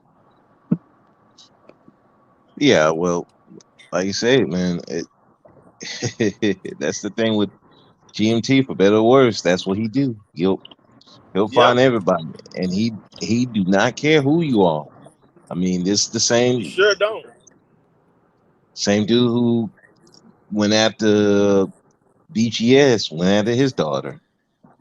Right? Went after Angry Man daughter. Yeah, You know, everybody. He do not care. And apparently he I guess he got with Neon Eyes. yeah, he's with Neon Man. Neon Eyes came up the other night, told Grandma it's time for us to go to bed. Can you get out? Yeah. He got a whole woman. He got a whole woman in here. Yep. Y'all can't Woman say that living with him. y'all can't call him no incel, but he got one of the baddest bitches and goddamn, baddest women in YouTube that niggas be going after. She laid up with him, so he ain't hurt. He is not a Yeah, well, yeah, big. well, there's a boatload of stuff with her too. So, He don't Oh care. I guess shit. Oh Lord. Listen, so. I mean, hey, he don't care. they both got problems. Hey, But the thing better about it them is, than us. this. Listen, a lot of these niggas don't care. Like a lot of these niggas don't care. I mean, get it. She got issues, but shit, she still these niggas still be shooting. These women can say I'm fucked up. I'm doing X, Y, and Z. Niggas will still shoot their shot. Hell, niggas Yep. shooting their shot at Avatar. So Right? at Oh least, yeah. at least he can cam up with his woman. Most niggas can't even cam up with a woman. He can cam up saying I'm going to bed with this. What you going to bed with? So I'm kind of hard. Like I said, I'm not mad at him. Like I said, I get brother Ramil. That's my homie. You know what I'm saying? We had different opinion stuff. A lot of the debates that happen in this sector, they started out from my channel when me and Deed around other brothers were doing the marital talk. And Ramil and them, they used to come by with the whole goddamn, I don't know where the hell they get their whole team from. But goddamn, they just be Right? debaters. And it would get really hot. Then after that, X took over the debates and it just went way out there. And it just like I said, so we're going to see. They're going to we Right. DMT gonna fire back. He gonna fire. Philosophy of the Quran. You came up and I asked you to speak, and you didn't even. You know, we allowed you to tap in. I asked, hey, brother, speak philosophy, speak, and you didn't say nothing. Yeah, So we all got quiet. We yeah, so that's on you. I think he might have a Wi-Fi issue or something, internet problem. Yeah, I'm surprised Bullets Gotti didn't jump up here. Like it ain't like Yeah, man. I mean, I'm sitting here like, man, this shit here is like, and to let everybody know, this was a video, this was a show that was requested by one of my long-term subscribers. They wanted me to talk about this topic, so I thought it would be good to go ahead and go in detail about it. yeah. I just been talking about the Taliban. They starting their own new government. The Taliban. Yeah. Oh shit! People they putting out this propaganda like they got all these people trying to rush to the United States.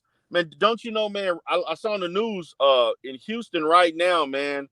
They've already repatriated at least, I think, about 2,000 or 3,000 Afghans to the city of Houston, man. Gave them, and guess what they got?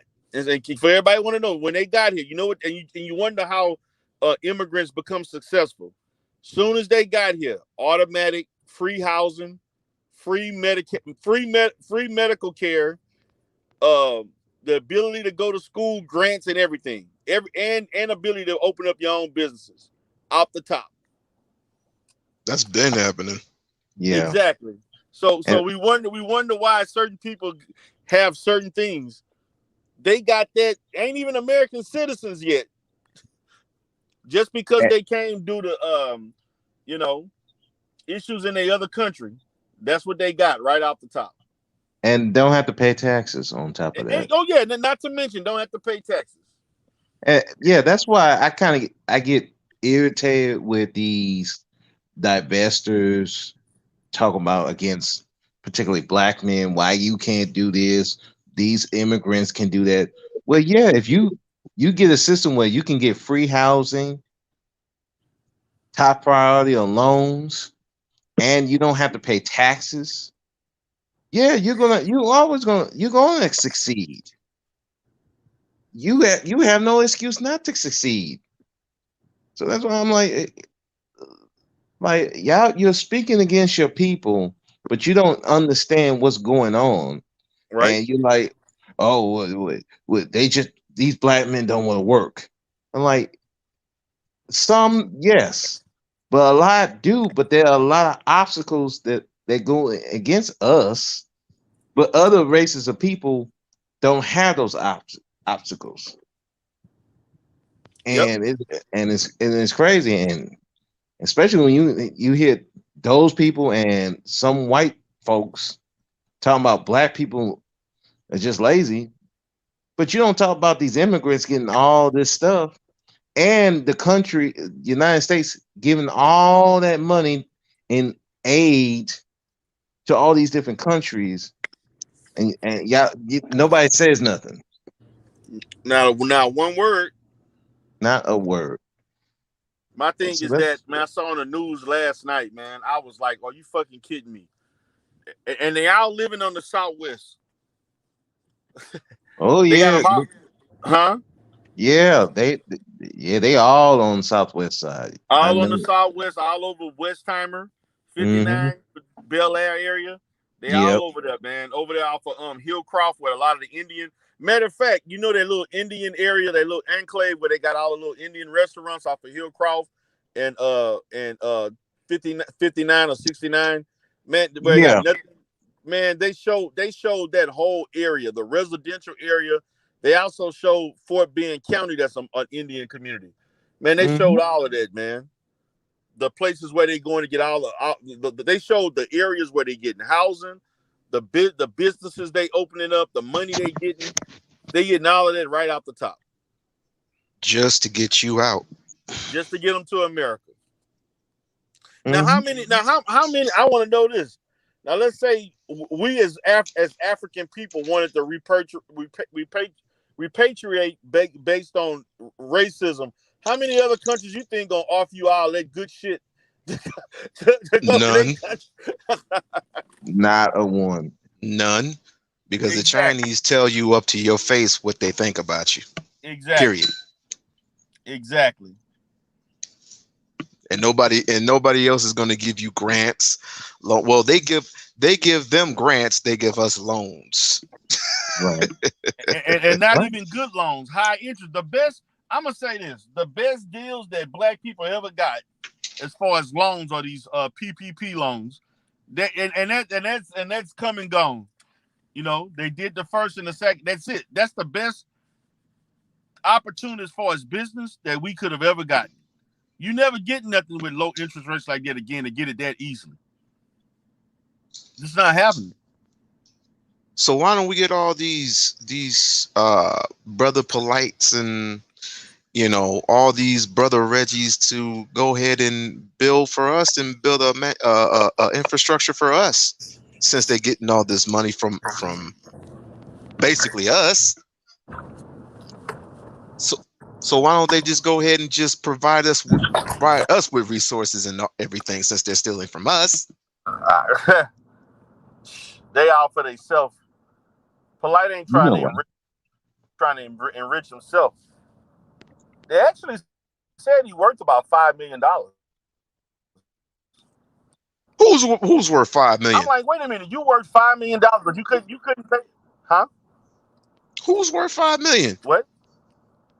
Who is worth Polight. $5 million? Polight, brother Polight. That's what they said. Estimated $5 million. I'm just telling you, that's what the reports say. If he's worth $5 million, how much is Sinetta worth? Because I don't know, without Sinetta, boy, I tell you, these I'm New like, York wait a minute, you worth niggas. $5 million, but you couldn't pay young Farrah that $200,000 he sued you for? Jesus Christ. Yeah. Young Pharaoh need to go back to Polight. Not Polight, Shit. but Young Sinetta, and Farrah get on his in the knees. city. Young Farrah in Houston right now. Well, he's here. He in Houston. Yeah, he Oh, moved to Houston why we last keep the month. Why are we getting the rejects? God damn it. I don't know, man. Why the rejects come here? Don't come over here. Last month. We got enough problems in Houston. Why the Yeah, man. rejects and the scammers got to come over here? God damn it. Yeah, man. He parlaying up in here, man. He been here for like about a month. Maybe a little less than a month. Well, better that than Vegas. Hey, don't bring stop bringing y'all trash over here. We got enough problems. Our quarterback messing with Instagram models. We got mobs. Listen, we got mobsters, gangsters, and Donald Trump. Y'all got Brother Polight. Deal with him. Shit, I would take Donald Trump over Brother Polight. No, you wouldn't. Stop lying to yourself. No, you wouldn't. Hey. I'm tipsy. Like, which poison I want today? The one to kill me quickly, the one to kill me slowly. It's like I think the quicker one will probably be the better one. Jeez, right? Well, yeah. It is what it is, I guess. I guess, man. But this is a lesson. This is a lesson learned not to follow a certain crowd and start asking questions, aka Obama. Just ask questions. Yeah. And then maybe, just maybe, you'll get a sense of morality of what's going on. Maybe you'll get you'll get a more of a relief if you start asking the proper questions instead of just going on to getting along. You know what I mean? But exactly. But you know how people are. People, I don't know. Like mental health. Yeah. You got a mental health expert, okay? Yeah. Let's provide him with the resources and the money, because he is an expert of what he does and he has not stirred anybody wrong. There are a lot of people, especially and give an example. Here in Las Vegas, there are a lot of millionaires and billionaires that come here just for a good time. The millionaires spend no more than up to $10,000 to $20,000 on the blackjack and crap tables. All right, $20,000 doesn't mean anything to them. It means nothing. It means nothing to them. All right, but some people, when they lose it, they lose it. Why do you think there's no balconies here? Because they want to commit suicide. They're going to commit suicide. So you got the mental, you got the mental expert here, and then you also have the people who make toilet paper, right? You got the people who make the toilet paper. I'm talking about particularly black people. And then you got people who make CMOS. You got people who make the hand sanitizer. You got people who own car dealerships. These are the people who are suffering, but yet these are non-quality people that mainly the people that you deal with every day are the ones that are making your shoes. And that's China. Okay? Mm-hmm. China makes your shoes, but you won't follow somebody like, say, I don't know, Master P. You won't follow people like Master P. You won't follow people like, Ramil, who's making his own clothing. He makes good quality clothing. If you want to ask particular questions, ask the questions. Is this quality? Am I getting quantity or quality from the manufacturers? Am I getting quality from the work that you put out? Black businesses they're not they're separated for a reason. They're not like Chinatown. Chinatown,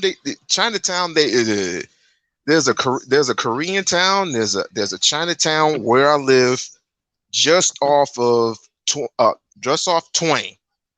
If you come here to Las Vegas, Chinatown is built to the brick. And who shows up there mostly? Freaking all walks of life, and they spend money. Mm-hmm. When are we? Yeah, I can hear you. Yeah. When are we ever? Okay, go ahead, brother. Go. Okay. When are we ever going to start advertising together in one community like Chinatown does? Just starting off small, right? Just starting off small, and then gradually grow bigger. I know some places right here in Las Vegas where it's Trump tight, that we can build from within in that small little area where I live. But if you want to follow the brother Polights, and you want to follow the Reggies, and you want to follow the red pill and blue pill are solid to me. But if you want to follow the ones that actually put your community on a stranglehold to get with some white women, then you go ahead and follow those people. Yeah. I feel you, brother. Yeah. Mm-hmm. It's a game, man. No, it's it's not no fucking game. It's not a game. This is all real. Because at the end of the day, the government don't give a damn if you're ruining the people. They want to get rid of you. They want to get rid of you because they are dying off. They can't reproduce. You can't have two white people produce a black person. That's why they're sending these. That's why part of the government is sending these people over here, just to get rid of you. They're sending Afghanians over here. They're sending China people over here, just to get rid of you. Just because they fear you. They don't respect you. Why do they not respect you? Maybe, I don't know, maybe because you keep calling yourselves what you claim you are, but it's not on the piece of paper that says you're nothing. You're not claiming Aborigine. You're not claiming any other status other than what you think you are. Maybe, just maybe, you want to look into that. I got you. And with that, I say this. Know who you are, know your status. Invest. If you're not a builder, invest in people who look like you. That's just so simple. As a matter of fact, that's a fact. That's a fact of life. Invest in D. Hell, invest in D. Invest in D. Darrell. Hell, he might get you a job, and you might grow to be. And most of us might grow to be something. Most of us want to be growing up to be therapists, doctors, lawyers, and shit like that. I don't want to be a street hustler for all my life. To be a street hustler is to get your shit and get out. Point blank, period, in the discussion. And you want to build, and here's the one key thing I'm gonna let it go. Here's the one key thing you want to do. If you end up building something, do not leave your women. Do not leave your women behind. because they mentally have the capacity for you. You have the physical structure, but they have the mental structure. You combine the two in harmony, and what you got.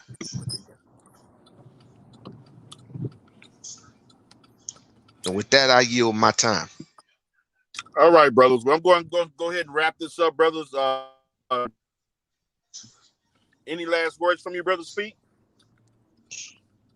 Yeah, it's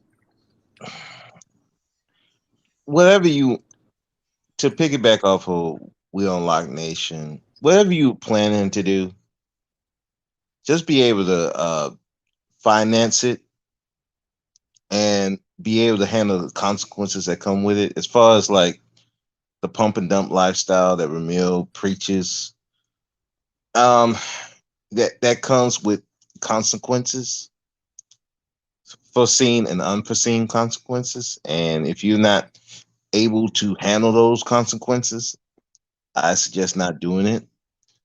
If your goal is you want to use chicks because you're so afraid that they're going to use you, yeah, that's a very stressful life, to be honest, because you're always looking that this person's going to screw you over, and then you create a environment where people are just trying to screw each other over, and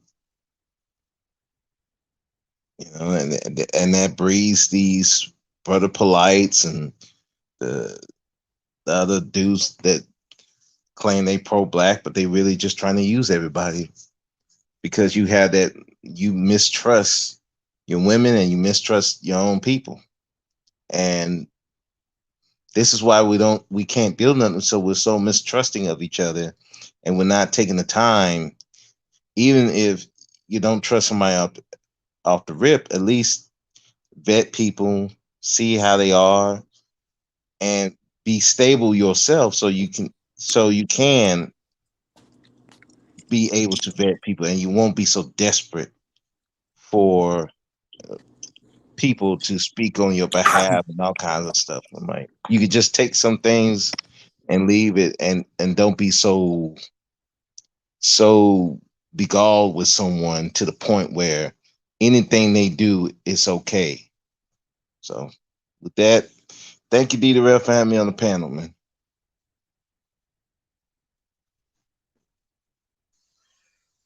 What I want to say is very clear and simple.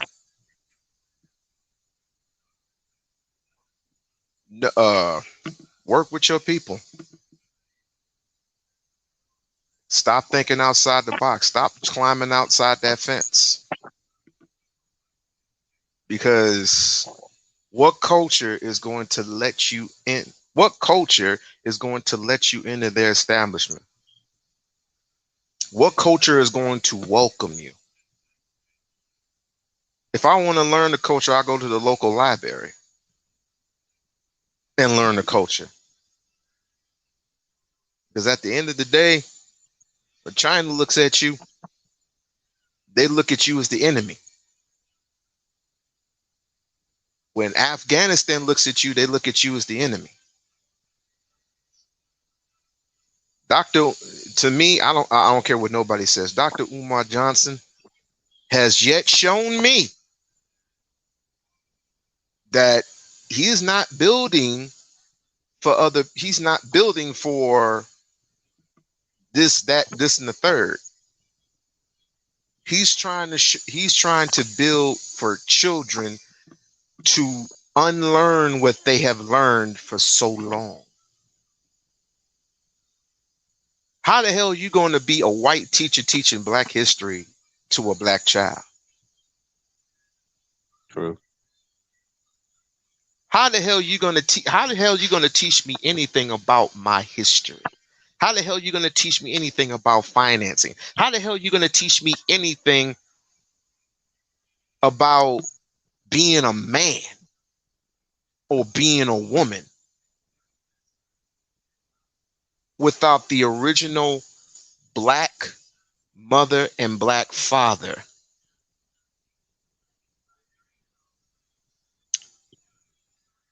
You are a traitor to your own race.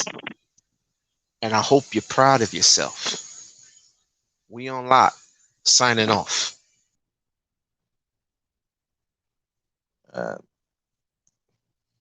All right. Thank you, Will Lock. I don't know where D Darrell went. I guess he having technical issues. So yeah, I wholly agree. Who could teach you about yourself than your own people? So it's something we gotta stop looking to others to teach us about us. So Right. oh, there you are. Yeah, I'm back, brother. All right, guys. I'm about to go ahead and call it a night. It's been fun. Peace out. Talk to you tomorrow. All right, bye bye.